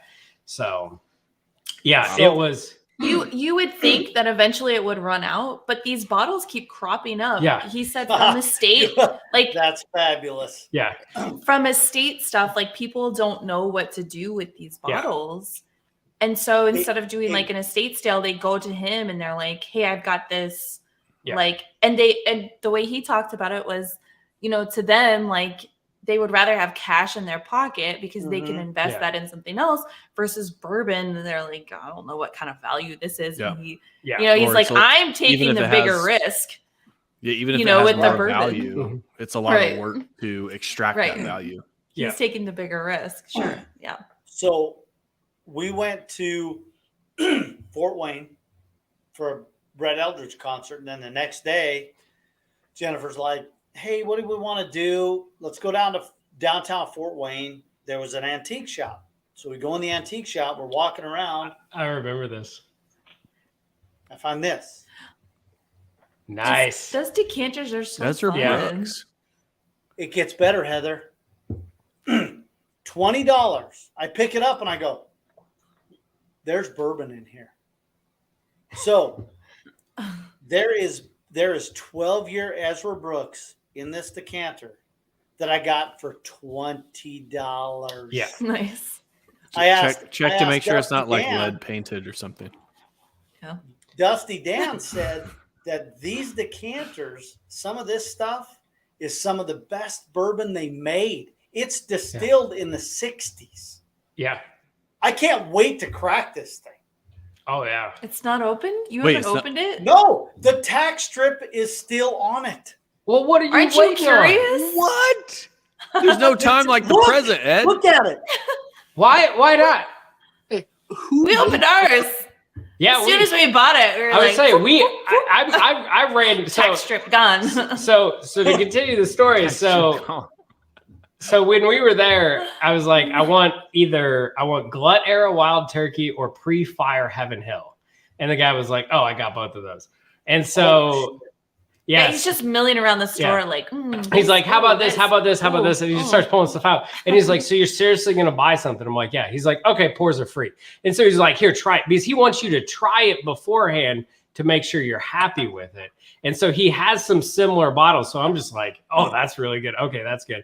And so we do all this stuff. So I wound up with a Pre-Fire Heaven Hill. I've wound from the 80s, an IW Harper from the 80s. And then he was like, oh, I forgot. I have this. And he pulls this, I swear it's an I Dream of Jeannie bottle. Mm-hmm. And he's like, this is 14-year-old Jim Beam from the 1980s. And he's like, but I don't have a Jim Beam open right now. And he just goes, and he opens the decanter and he pours it right there. He's like, here, why don't you guys try this and tell me what you think? So she tries it and she's like, we're going to buy that. And he was like, anybody else in the bar want this? And she's like, I'm buying that. So he just like seals it right back up. He's like, okay, we'll put this over to the side. Never mind. So what, I know they're probably crazy prices, but what were they going for? So this will be fun. What do you think the Jim Beam went for? It's really not crazy. Hold on. I want to see. 14-year-old Jim Beam. So 93 proof in a decanter. In a decanter from the proof. 1980s. So I just paid $250 for a 15-year Jim Beam from modern era. Not in a decanter. Although I think Ed's not far off. David said $3.99. $2.75. All right, I'm gonna go with $1. Price is Right rules. $1, not going over. Oh, bullshit. You can't know. We didn't say Price is Right rules. Yeah. He probably wins. The story would be useless if it was like a $300 bottle. It's only so it was $150. He was like, apparently Beam decanters nobody wants, and so it was just like it was $150. My pick was the cheap pick. Yeah, let's hear what his picks were. My picks were $400 each. Oh, yeah, but we dropped birthday boy here. We dropped $1,000 that night, and I can honestly say it's some of the so best the IW Harper and the other were $400. Yeah, but I talked him down. The IW Hyper was a bottle and bond, so it was different. Yeah, so both of those started out at $560, and I talked him down because I was like, we'll open them and try them together. And he's like, okay, I'll knock him down, not a big deal. So it was amazing though. So this bottle from the 80s, he opened it and you heard the pop, just like yours. Yeah, because same pop. Yeah, it was crazy. It was sealed very well. Yeah. Yes. So we knew he had a good bottle. It's not the IW Harper 15. No. Cork is one of the worst in the industry. Put it in front of your fancy camera. Okay. Here, let me get him. You get him, and I'll put him in front of the camera. That Genie bottle picture you sent, I was like, you got to be kidding me. So I just bought, to have the decanter, I bought a Frederick Remington Jim Beam decanter for $10. And that's a Beam bottle from the, I think, 80s. So there you go. So the Chapin and Gore is from Heaven Hill Pre-Fire, and Chapin and Gore is a Chicago-based. I guess at that point it would be a Sorcerer. And so that's what they did. And then the IW Harper, we all know who IW Harper is, but that is a bottled and bond. Oh my gosh, they're amazing. And yeah, so we of course, because it was my father-in-law's birthday, or his birthday's coming up. his birthday's coming up. We shared them with him. They were amazing. So that's, I mean, part of the reason they're so low already. But oh my gosh, if you can't so Chuck doesn't know this yet, but he's going to be put on the spot when he comes and visits for New Year's. We're going to film an episode of the stages of your bourbon life, bourbon journey. And I feel like we're really going to go there. Yeah, we the are. Bourbon journey. I feel like I've hit the ultimate stage where I am now going after Dusty's. But I tell you what, man, if I can spend 200 plus on a bottle, I'm not doing anything modern era anymore. I'm going to go get a Dusty because you get it's some kind of so quote cool. with the they don't make it like they used to. Oh, pre-Heaven Hill Fire. Yeah. Oh, that's get the off way my to go. All right, it's happening. Oh, you're going to do it? It's happening. Yeah. All right. We've talked. Well, I would say we're gonna crack a Dusty. you do Yes. that, and I will get that 14-year-old beam down. I will say though, so we tried pouring from the decanter, and it was a little difficult. Oh. I don't know what it's going to be like pouring from that decanter. Well, TJ, I gotta get a corkscrew because the cork broke. Pour my no. oldest Jim Beam in honor. Oh my here. God. Are we going to All climb? right, Ed, what's up? Now, I'm TJ, gonna just- climb up there you're and at a get the- stage beyond Dusty. Your wife is telling bartender, no, put that decanter down. I'm buying it. I know he converted me. All right. We were shopping, and I was like, I want that. So No. just saying this, Chuck, get ready. We're about ready to have about 500 more subscribers because I'm going to get up on that top shelf and you're just going to see a nice butt shot of me. So we're about ready. We're big time coming up here. He needs the step stool. I do need the step stool. By the way, you all, our finished basement, if y'all can't tell, a little different layout here. A little bit better than the kitchen It's table. finally with, done. yeah, sunflower. It looks freaking fabulous. I know. It looks really good. I've talked about maybe doing like a little YouTube, either short or short video, like giving a tour, because Oh, you should totally do that. this doesn't do it justice. It's so. This is the inside of the bar.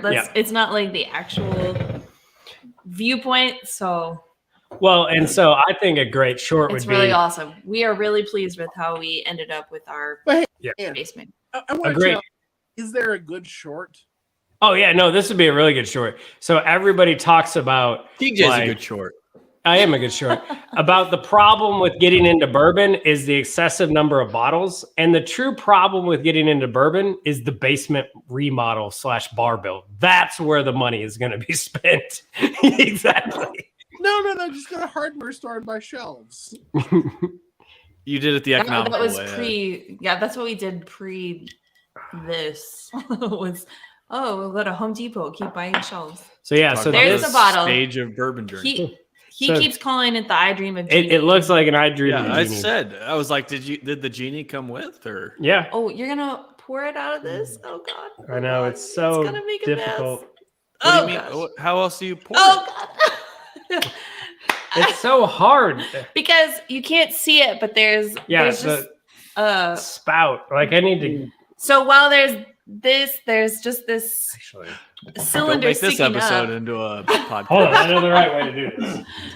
What you need is Without the what you video, have at there's really no bars. context.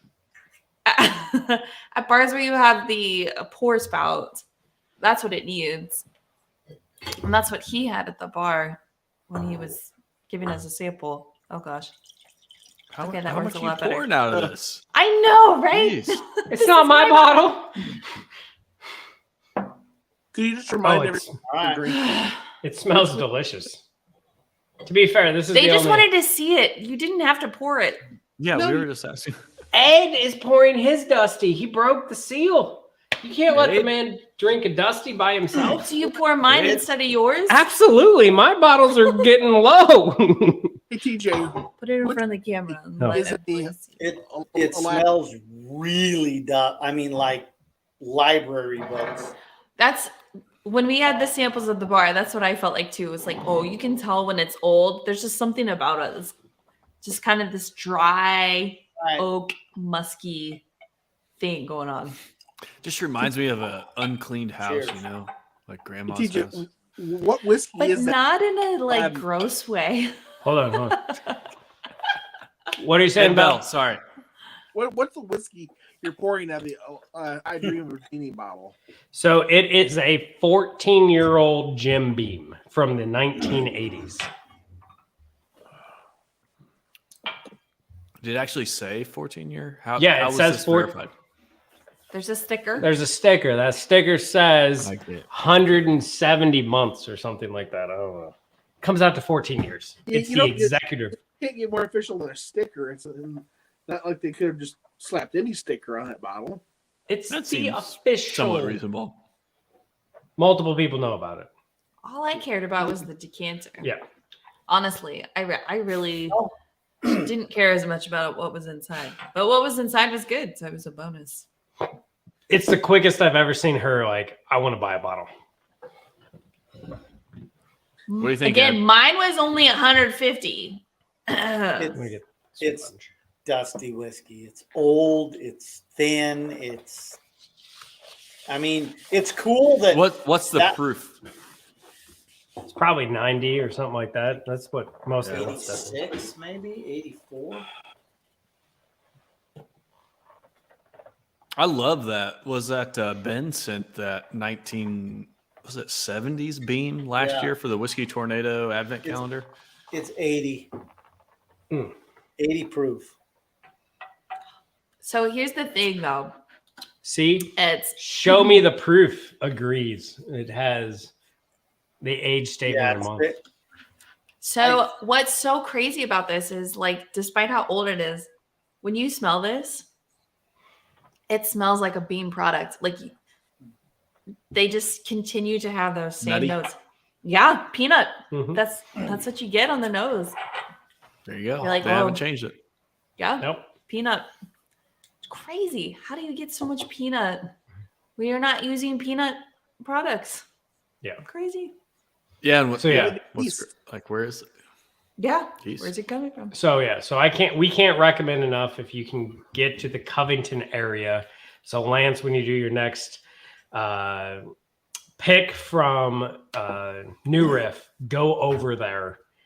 It is an amazing place, and you're going to be so tempted to spend more money than you should.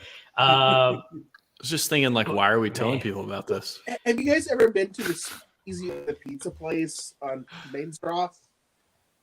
No, we haven't. Mm. So the Main Street in Covington, with his German heritage, is called the Main Strasse. Mainstrasse, yeah. There's a pizza place called Goodfellas, and you walk through it. They have like a tiny little counter on the left where you can like get a slice and stand there and eat it. And on the right is just all of like the behind the counter what pizzas are available. If you walk through all of that to the back, there's just a staircase that goes up, and you don't know where it goes to. There's no signs, but you get to like the landing between the first and second floors. You see barrel heads on the wall. You get up to the second floor, it's like they did their best to come up with a 1920s speakeasy. It's like it's really cool. We'll have to check that out. And Yeah. there's zero signage. It's just Goodfellas Pizza, Okay. second floor. Yeah. Fun. It's in between the old Kentucky Bourbon Bar and De Felice, a really good Cajun restaurant. They're on Main Street. Okay. Yeah. Mainstrasse. I mean, Yeah, A Mainstrasse. lot of time in Covington. I'm all for doing anything in Covington because we're going to end up at Revival.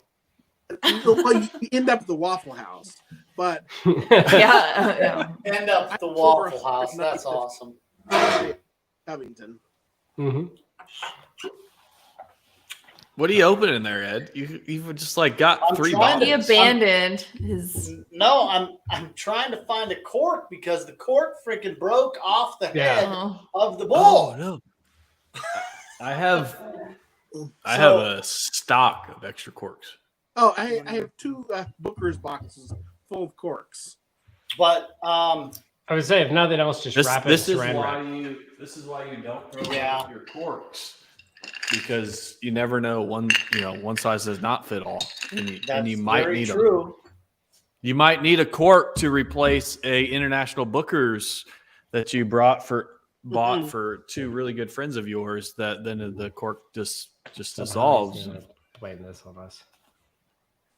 No, I'm Well- just giving an example of it was So- useful in why that you moment. should be prepared. So That's Ed, a horrible thing that happened then. yeah. So Ed, Nick wants to know, what is the final verdict on the decanter? Was it worth it? Is it good? For the $20 I spent, absolutely. It's freaking fabulous. It's not very good. It's thin. It gives you, it's a dusty, but I got to take into consideration it's 50-year-old whiskey. Yeah. Right. So unless it was completely airtight sealed, which it wasn't, Right. Yeah. it's just cool though, because it's Well, that's this decanter is from 1971, the year I was born. So Yeah. Let's say for Yeah. a Montana boy having this, steer or something like that, that was like bait Yeah. for you. Yeah. it's a Brahma bull. I mean, if it was a buffalo, you would have been. Oh, no, Jennifer would have been all over that. She's a buffalo freak. So Yeah. I will say that is the cool thing about Revival, is the fact that you get to try everything before you buy it, basically. most everything. And he has like certified most things. Like Yeah. he tries to find things that are well sealed. Like he knows. Yeah. It'll be good. that's cool. That's Mhm. super cool. Yeah, so for December 5th, which is actually my birthday, but we were back home by then, that is repeal day for Prohibition. So he opened some pre-Prohibition bottles, and he was doing $10 a pour. Oh, I was almost worth like driving back up and be like, "Hey, buddy, remember me?" man, I am down. Although at to some come. point, like, I appreciate the nostalgia, and sometimes there might have been some value or benefit, Yeah. but I also believe in improvement in science, and that we know more today than we knew before. Got 3 words. So Cheesy gold foil. I don't know your wild turkey stuff, Ed. Like, that doesn't mean anything to me. I mean, I know it comes from wild turkey, but I don't know. Other than that, like, I've never experienced whatever you're referencing. I haven't either. But like at some point, especially like pre-prohibition, like distillation today is better than it was then. Yeah. So like, what makes it better? Way And better. Heather, you've actually brought this up about like when we talk about the old Stitzel-Weller, the stock. And you're like, Right. what makes it better? Right. Well, we were like, well, the water was different, or the grain was different because we've screwed up that and that stuff, and maybe the oak trees were different, and or we just have this bias towards anything old. Well, Has this for distilling changed since the 80s? I know it's more automated and things like that, but that's just how you do what you do. As far as what you do, has it really changed since the 80s? So I've heard some, and maybe we need to interview people, but I've heard some like master distillers talk about how like they can, like the distillation process is much more precise now, and so you get like what that allows you to do is maybe you don't need a number 5 char on a barrel to filter out the impurities, right? So part of the barrel char purpose is to filter out impurities. So that's like a mistake or an error in your distillation. And so that allows them to get better whiskey sooner because you don't need to put it in such a heavy char. And actually, I think that was the Hard Truth distiller, Ed. And so they use a lighter char because Yeah. their distillation quality is better Right. just going into the barrel. Well, going back to earlier when we TJ cracked the 18 from Four Roses, and you got the 18 from Knob Creek. The big boys Can we do another pour? just know how to do it better. Take that away from him, Heather. They're just better. They Might are. need to. Jim Beam, Wild Turkey, Four Roses, Heaven Hill, they're just better. They're good at it. They've been doing it for so long. They have a and lot they of do it. in such high volume. Yeah, They're that's better. it. They're just better. Okay. Mhm. I love what we picked at Starlight. That is some fabulous whiskey right there. It's Yeah. really good. It's really good. It's not. It's not It's being different good. from 15 It's not- year. No, being. and they're just better. They know what they're doing, and nobody's going to beat them. That's my take on. They're just the big boys are just better. So let them produce the older distillate. These other people like MGP, they're a volume producer, but they're running out of 15, 16 years. That stuff's gone. Yep. So, Don't gone. tell me that, Ed. Ed, why you got to It's break gone. my heart like this? It's not Sorry, even Chuck. Christmas. well, I know. Can you tell me that in Santa's January? coming. He's here. He's real. if we have He's this real. Thank you. different Thank you. people are talking about, could that put us into another glut era is a strong phrase, but the flippers might go away because people aren't buying secondary because they can. Like, I want another glut era, and I don't know how to get there. Like, You want the market to crash. I want 10112 on the shelf for $25. I can tell you that Sorry, wouldn't brown be good spirits for are this really YouTube popular channel. right now. Brown Brown spirits are very popular.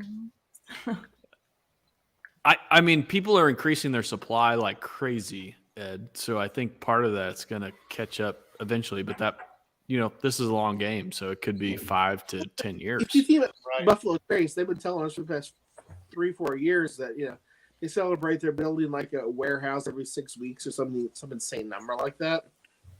And I'm sure they're able to churn out enough distillate to fill them up fairly quickly.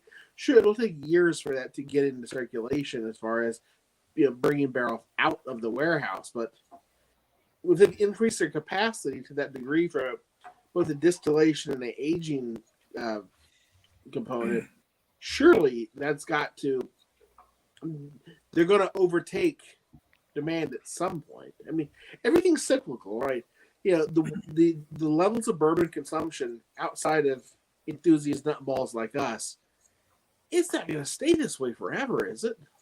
I mean, No, but it's gonna stay this way for a little while. Yeah. So that I was cycle gonna say, I is. think we got. We only just approached the peak, and I think we We've got 5 solid You gotta- years of this, I think. Yeah. 5 for sure. Well, so I would say they just got out of the glass shortage, and now they're talking a Yeah. barrel shortage because Yep. Well, okay, so So- that's some of the glass shortage was pandemic related, right? But Right. I agree with both, Heather and Ed. It's like we got 5 more years of this, I think, yeah. Well, just from supply, demand.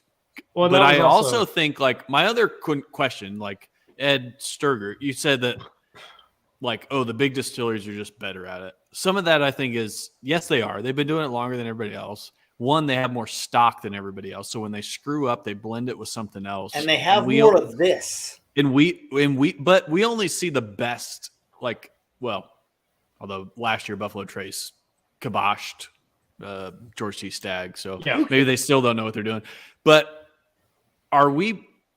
My only concern is if once we get to the other side, so we're in the boom now, right? We're increasing. Once we get to the other side and we're crashing, and Ed's Wild Turkey 12 years on the shelf for $45. 25. What do we lose with not having people that are pushing these large distilleries? What do we like? We're losing the start because those guys are going to get hit first, and they're going to be gone. So what does the bourbon market lose? What or maybe the other way to phrase that is what have we gained in the last few years by having those large distilleries challenged by the likes of Starlight, Woodinville, Driftless, Finger Lake, any of those guys that are challenging the status quo of 90 proof barrel, like all of this. I think honestly, big distilleries or just big business in general. This is true. This is like a trend in all industry. If you're dominant first, or if you're the dominant player in the market, you get complacent, and change is your enemy. Yeah, you like to stay the same. Well, I mean, to me, I think like disruption is a good thing for a market. Well, but I think that's or good thing for the consumer, rather. Good thing, right? But I think it shows that that's happening because of the whole purpose of the new Jim Beam experience, the new Jim Beam distillery, is to allow Freddie to have his own smaller still to do experimentation. They are recognizing that the same status quo is not enough. And so my point is the only reason they're doing that is because they're forced to. Right. No, I agree. By disruptors. And so on the other side of this curve, post bourbon boom, they go back to that. They don't care. They're not innovating. Every 4 months, Chattanooga's putting out an experimental. Right. I mean, they're rolling stuff out like crazy onto the market. I'm not saying it's good. Well, some of it's not going to stick, right? But it's not. But their 111's going to stick. Oh yeah, that's good. That's good quality product, and they keep putting that out. Starlight, they're working on their 4, 5, and 6 year stuff, which they'll eventually put out. But do they have enough return on their current investment to stay the course? Where some of these other boys, they're going to disappear. They're going to get up. Right. And to be, go ahead. I want to go back to what Chuck said. For the guys like the Woodinville and the Starlight, it's not Joe Sixpack who's keeping them in business. It's enthusiasts like us. I think they'll be fine through a downturn because it's the dyed-in-the-wool enthusiasts who are keeping Starlight open. Well, Woodinville actually already got bought, so that's actually a poor example from my side. But yeah, right. And I guess Wilderness Trail would be the same. They've already got bought out. Yeah, exactly. But Wilderness Trail wouldn't include. The craft guys who are doing it really well, like New Riff, if they even count anymore, like Starlight, they're going to be fine. It's going to be all of the, I'm a brand just sourcing whiskey to make a buck. Like Sweeten's Cove will not survive a downturn. No, but I don't know. They're not trying to, right? Like they're number 12 on Whiskey Advocate's best bourbons of the year. I'm just saying. I didn't even click on that because I didn't care. Which one was that? Was that the Tennessee? The Tennessee. Oh, nice. Yeah. The 22 Fred is apparently like best of or whatever. Well, I'm just teasing if maybe that ends up being our March Madness bracket challenge, but we have a celebrity bracket challenge coming up. Celebrity bourbon bracket challenge, and the Tennessee will make an appearance. So David says, how many of the craft distilleries are actually distilling their own stuff? Seems like half of the bourbon and the rye on the shelf is MGP. So that like David, when we say craft distillery, we don't mean brands per se. Although that's still. Maybe some of that still demands like some respect. So like Buzzard's Roost, for instance, like they're doing proprietary things post bourbon, right? Mm-hmm. So even though if that's MGP distillate, like they're doing things different post distilling. So I think that's still a fair part of the market. But generally, when I say craft distillery, I'm talking somebody that's distilling their own stuff. You're putting your own barrels in your own warehouse. That's right. Yeah. So that's Starlight. That's Driftless. That's Finger Lakes. That's Chattanooga. Because they've never sourced anything. They've done their own stuff.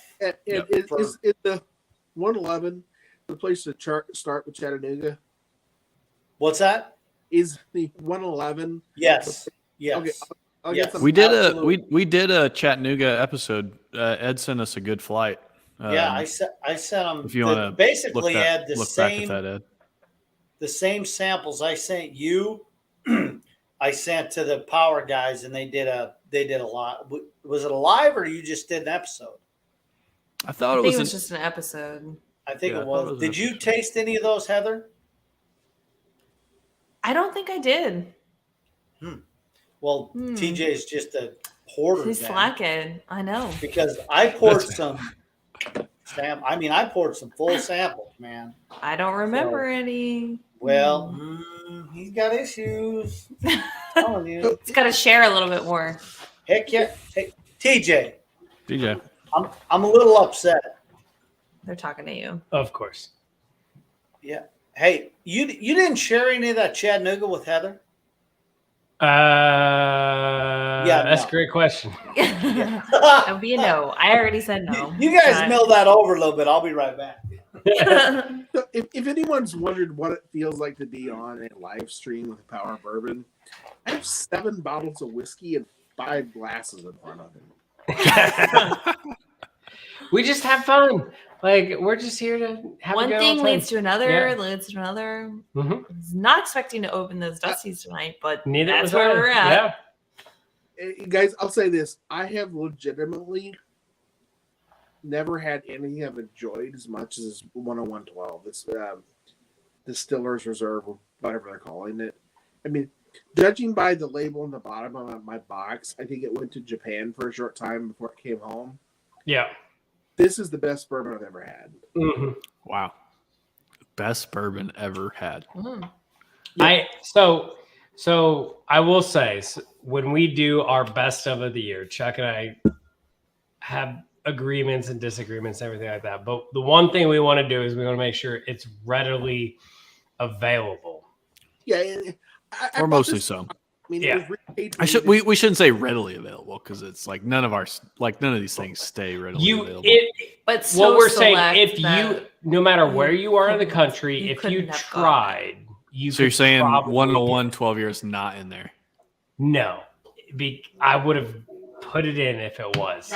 So Oh I my need to gosh. taste that at New Year's. So No, start, you're so not. I need No, to start this no, list. No, on a minute. you don't get to try that. No, no. What? What doesn't he You're not get? bringing me a Christmas present, you son of a gun. You don't get I'm jack not- squat. I'm not coming at all if you're going to hold back. That's more fine. than 12 years. Hannah is welcome. You are not.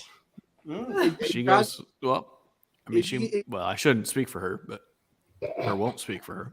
Chuck, if you want to make your way up to Plainfield, I got 25 or so Russells or Kentucky Spirit plus the Sounds 101. like I'm coming to you for New Year's.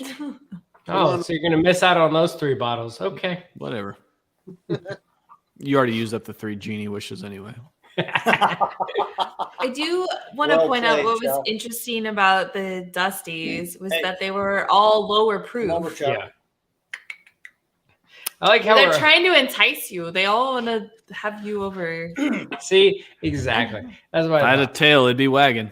You're No, she's gonna still get. she's You'll still get watching. to taste I it. say, what do we have? But yeah, so back to the argument about Dusties and such. There was something to, all of them were lower proof. Like we're talking like Mhm. 80 proof, like Right. low proof. Yeah. Right. know? That's what whiskey was, though. Like Yeah. Right. pre. Hey, but so people need to know that before hunting for them and trying to, Right. and then they try to taste it and it's like, no, it's going to be different. Yeah. Mhm. I've seen Much everyone lower proof. on this live stream admit at one point or other they're proof hounds. They like higher proof things. Life doesn't begin till triple digits in proof. Do you really So- think the 80 proof is that much better because of the glut era and then just aged until the barrel was perfect, like they weren't rushing it out? Is it that good at 80 proof? It is. Like I said, I am dead serious. I am probably not going to spend over $200 on a bottle ever again for current era stuff. I will gladly buy a Dusty. But I will tell you in January, Ed, when I get to taste TJ's I- bottles. I will say though, like though they lost some of the subtleties. There is, they're good, but they do lose some of the subtleties at the lower proof. Yeah. So I would be on the other end of that spectrum where I'd be a little skeptical about. Yeah. See, and that's why I liked that bar, because you could taste some things before you bought it. Because opening a Dusty, you have no idea what you're gonna get. Yeah. Oh, And so Right. being able to sample Right. it before you get it is nice. I'm already planning a trip to Covington, which I've at 5.4. I'm thinking They had for they had- $40, I'm gonna get wasted on Dusties. Yeah. they had. I mean, I'm just gonna say, Ed, they had probably 20 glut era wild turkeys. Yeah. It's like Where was the message? Where was the text? Where was the photo? Is the Bud era. Right. So yeah, but no, it's amazing. The owner. So the owner is the one. It was him and Fred Minnick that did the curation for Bardstown Bourbon Company's vintage library. They're the two that bought everything and stocked it. And so he was telling me, and this was like, what you pay per pour for a Chessman is what he sold the bottle to them for. Yeah, Ed Bell, remember? They wouldn't let us buy Booker's Rye. Yeah. Remember that one time? Yeah. He'd probably let you just try it for like, I don't know, $40 a pour. And if What, you haven't Booker's watched any Rye? other live streams, literally this comes up every time we have Ed streaming. He did say Chuck and I don't should go bring it like, I think He I was did say- drinking Ed tears tonight. I don't know. yeah. He did say Chuck and I should like schedule a I'm not thing with kidding him and you. do a I mean- live stream. Who in their right mind Turns down money. turns down $150 just because you're 4 minutes after the till? When you've So already when paid we- for the when bottle we 10 open times our over, Ed, Right. sounds like business Right. no problem. with our own vintage library, we will not close. For Ed Sturger or Ed Bell, we will always be open.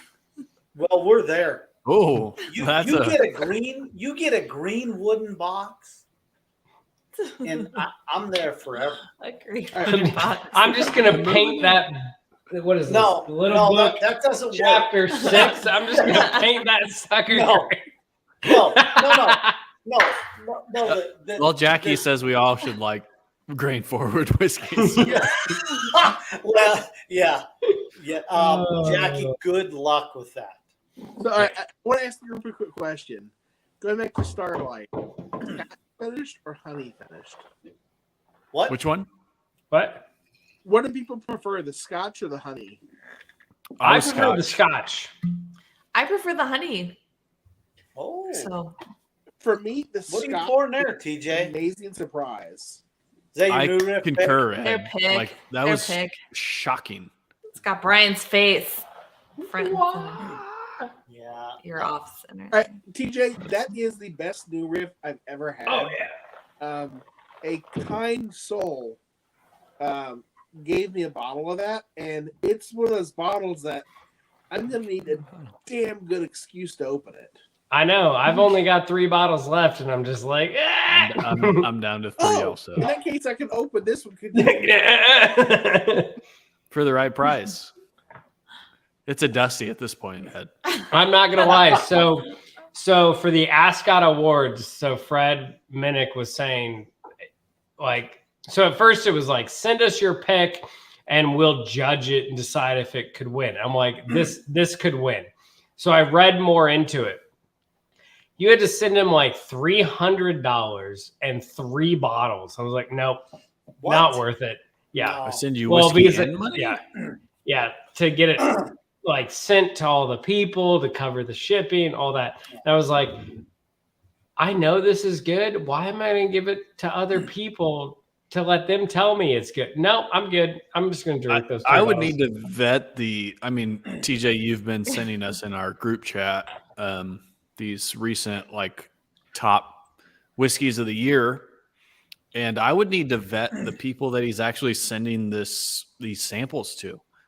Right. Because Okay. I've seen some that are qualified whiskey pundits or experts that are Okay. just complete BS. So, and I wouldn't trust their palate. I wouldn't touch it with a Yeah. 10-foot pole.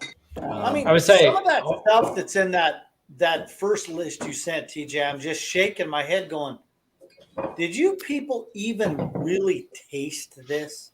Again, Honestly. and so that was one, Ed, that I was referencing, that it was like, he says, like, my methodology is that I'm a whiskey expert. I'm a professional. That was it.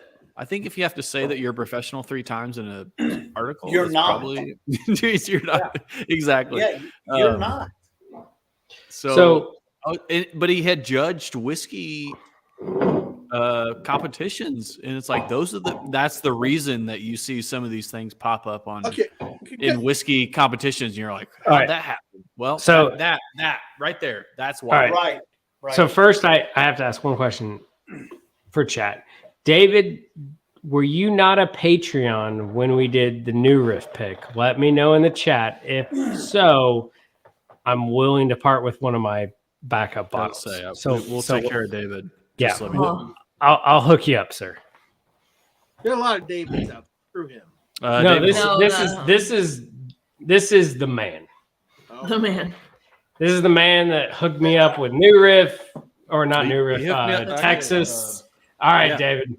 he sent me a Yeah, bottle I'll hit you up on of- Patreon and we'll talk. I got you, buddy. This is going to be the best New Riff you've ever had. What I don't understand is So- how does the put Jack Daniels bonded? I like it. Yeah. Well, The but triple Whiskey mash was so much Advocate- better than Whiskey Bonded. Advocate said the Bonded was the best bourbon of the year. And I It's can't not. tell you. Whiskey Yeah. Advocate? No, that was the Up Rocks or whatever. No, that was Whiskey No, Advocate. it was Whiskey Advocate. It was the second Yeah. one he sent. Oh shoot! I was There's the new riff that I was talking about earlier that So, we yes. segued away from, but So that's, these that's are in their the- new releases. The 2 fall releases from New Riff. It's so they are going back to bourbon malts, or not bourbon malts, Malted beer rye? malts. Oh, beer. Yeah. And so you have an Arsuk you're right. malted rye, and you have what is it called? I like Simpson's TJ's pronunciation. T50 Crystal Yeah. for the other one, Really which is sounds the like drugs. bottled and bond. Both are 6-year. The second one, the T50, is totally blueberry muffin bourbon. It's crazy. So Mhm. it's after 11:30 Eastern. I say this. What the hell are those? I'm not a craft beer guy. I drink Miller Lite if I have to drink beer. What do those things mean? So basically, what they're doing is they're playing with the malt, that the type of malt you can add to the mash bill, and so that's what it is. So they played around. messing Beer is around with the made mash bill side. similarly to whiskey. Mhm. Yeah, you make a beer. You make a distiller's No, beer. no, right? I've toured Miller. Good job. So it's the same. It's just on the grain side, the More Miller malty. or Yeah. the You malting get the side. brewer's Yeah. beer, you then eat your low Yeah. line. It's kind of a similar step to the choosing a varietal. So similar to the Balboa rye that they had done previously. That's pretty good. Just a variation upon that. So being part of the whiskey club for New Riff, once a year they release a special lineup. That was this year's special lineup. I have bought every special lineup they do because they're Is that always freaking Kentucky? amazing. Is that a Kentucky only thing?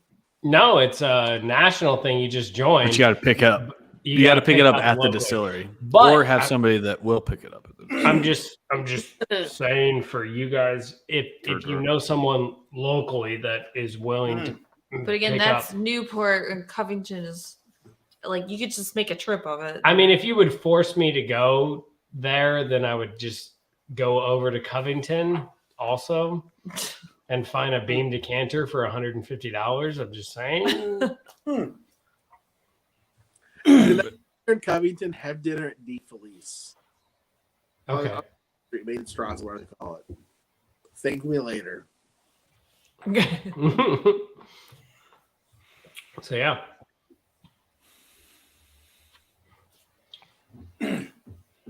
Have we I think reached might an have end of this? Finally, amazing yes, we finally had the live stream. This was we covered a lot of ground here. This was Mm-hmm. We've at least hit the end of the public section of the live stream. Mm. I'd just like to say congratulations. So what? After Third pick. I mean, this is a milestone. It's not easy to do. There's big money involved. There's a need to move a lot of bottles of whiskey. I mean, Yeah. the fact that you've done this, your second pick, your second pick was Second and third. double. Yeah. It was kind of like our second, third together. It's like you find out you got twins. You just go with it. What Right. would be your goals for that next pick? What are you hunting for? I mean, I'm not gonna lie. I really want to do a Four Roses, a Maker's Mark, or a Wild Turkey. I love TJ's ambition. hey, you know who does Yeah. barrel picks? TJ, Chattanooga. Oh, that could be fun. There you go. Yeah, So- Chattanooga. I'm not gonna lie. Also, Maybe Bardstown. Bardstown Really could good be in there. fun. If maybe Buffalo Trace with the new single barrel select program. I mean, I'm pretty sure if we did a Weller full proof, it's just going to be Dreaming Chuck and I, and we're going to be like, I don't know what you're talking about. So I'll go. Okay, I'll go. Yeah. we'll use that to fund the rest, everything else. One Ed on this What? channel used to have a Weller foolproof. The other Ed now has a Weller foolproof. Yeah. I mean, I I like well full brews. So fair enough. So Sturger is going to be for is a guaranteed in for the Weller full proof. Bell is a guaranteed in for the Stag. No. Oh, No? okay, never mind. What? Turkey. That was Oh, turkey. He's he the wants turkey. the Okay. I have no No. in on the turkey though. Yeah, that's I want in on anything you do that's Bean. You know that. Oh, I no, did. I was I saying, did. I already know that if we ever got a Booker single barrel, it'd be like Right here. Ed Bell, Why Ed not, Sturger, my wife, and Yeah. I'm lucky if I get to just Well, wait- drive you wait guys a minute. to You're the not pick. Wait, Yeah. time out. Time out. You did that in completely the wrong order, TJ. It's your wife. Thank you. Then you can fight between me and Ed Bell, but it's your wife is number one. So Well, I mean, it was guaranteed, yeah. I think it's I know. funny that Brian isn't even on a list. Nah. he don't like Is it- Bean. He likes anything AD laws and coming Yeah. out. Yeah. What I would say when we He's- do our he's granny where the panties West Coast- pick, then he's on. He's all up in that Jackie Zykan grain forward. Thank you, No. Chuck. Move There it. you go. Yep. Oh man. But I mean, Chattanooga could be a fun pick. Oh yeah, absolutely. That's not bad. But I am happy as heck with the way that Starlight turned out. I mean, Another they're timeout. they're doing some great stuff. Yeah. Can you promise me that if you do a Chattanooga, that it would be Ed Sturger in a conductor's hat and a choo-choo? That would be He's oh, like, that would be the intro. Absolutely. Choo choo. And then this one going boiler up. Oh, Oh no! Ensure me that won't happen. Otherwise, I'm out. Hey. Henderson. I'm just telling you right now, y'all might want to look out for them boilers come March. No know. kidding. That's Oh my a good. I know. They Yeah. ran them boys off the court again, Yeah. Spring game? and they're a good basketball team. Oh, basketball, yeah. I'm just saying, Yeah, we'll be fine. anybody that wants to watch It'll be a good game. of the Patreon community, anybody that March- wants to watch the March Madness. Illini Purdue game, We should put something down on the that. Power Yep. of Bourbon We should make bar it a is thing. open.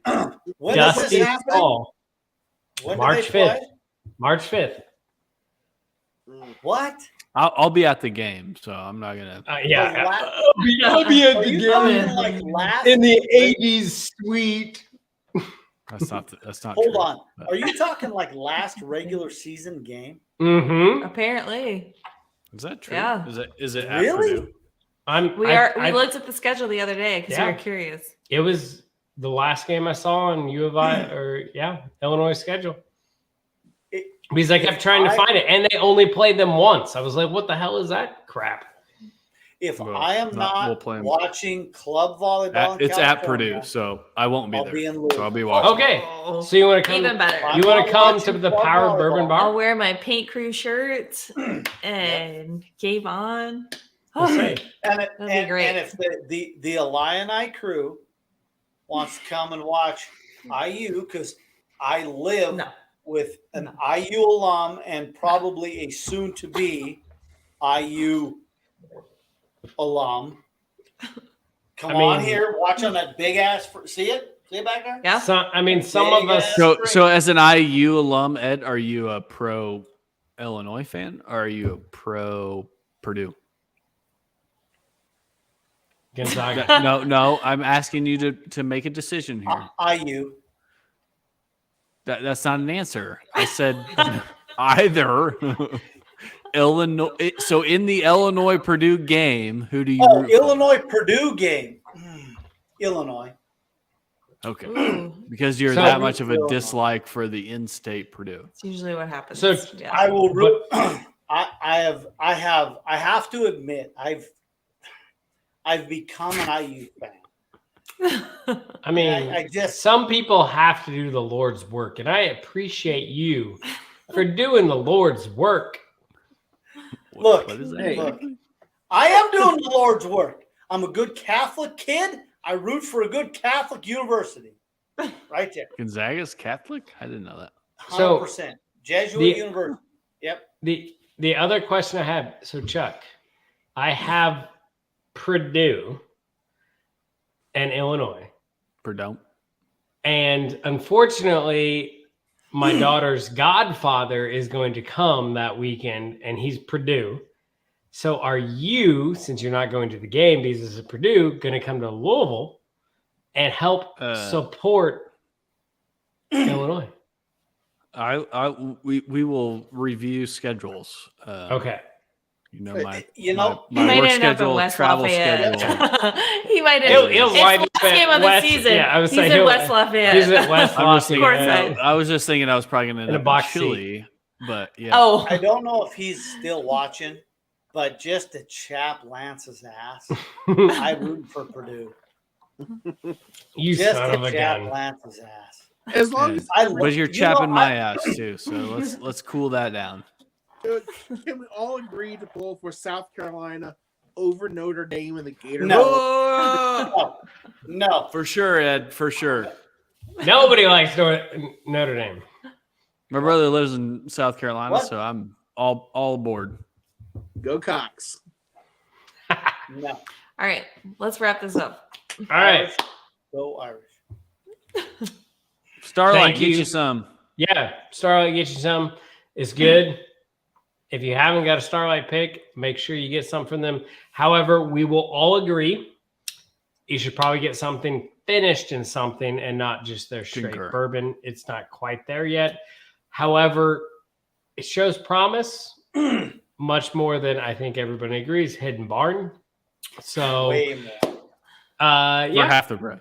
Yeah, for half the price, everything like that. So overall, it's Thanks good. for joining us. Thanks for joining us. All that fun stuff. It's been crazy. It's been 2 hours. It was wonderful. And we'll see you next time with whatever video I choose to edit. It's a surprise. Stay neat. Happy You're at 2 days holidays, you mercy. all. Good. Yes. Merry Happy Christmas and holidays. our bourbon. All right. A good Cheers. So Later. a merry little Christmas.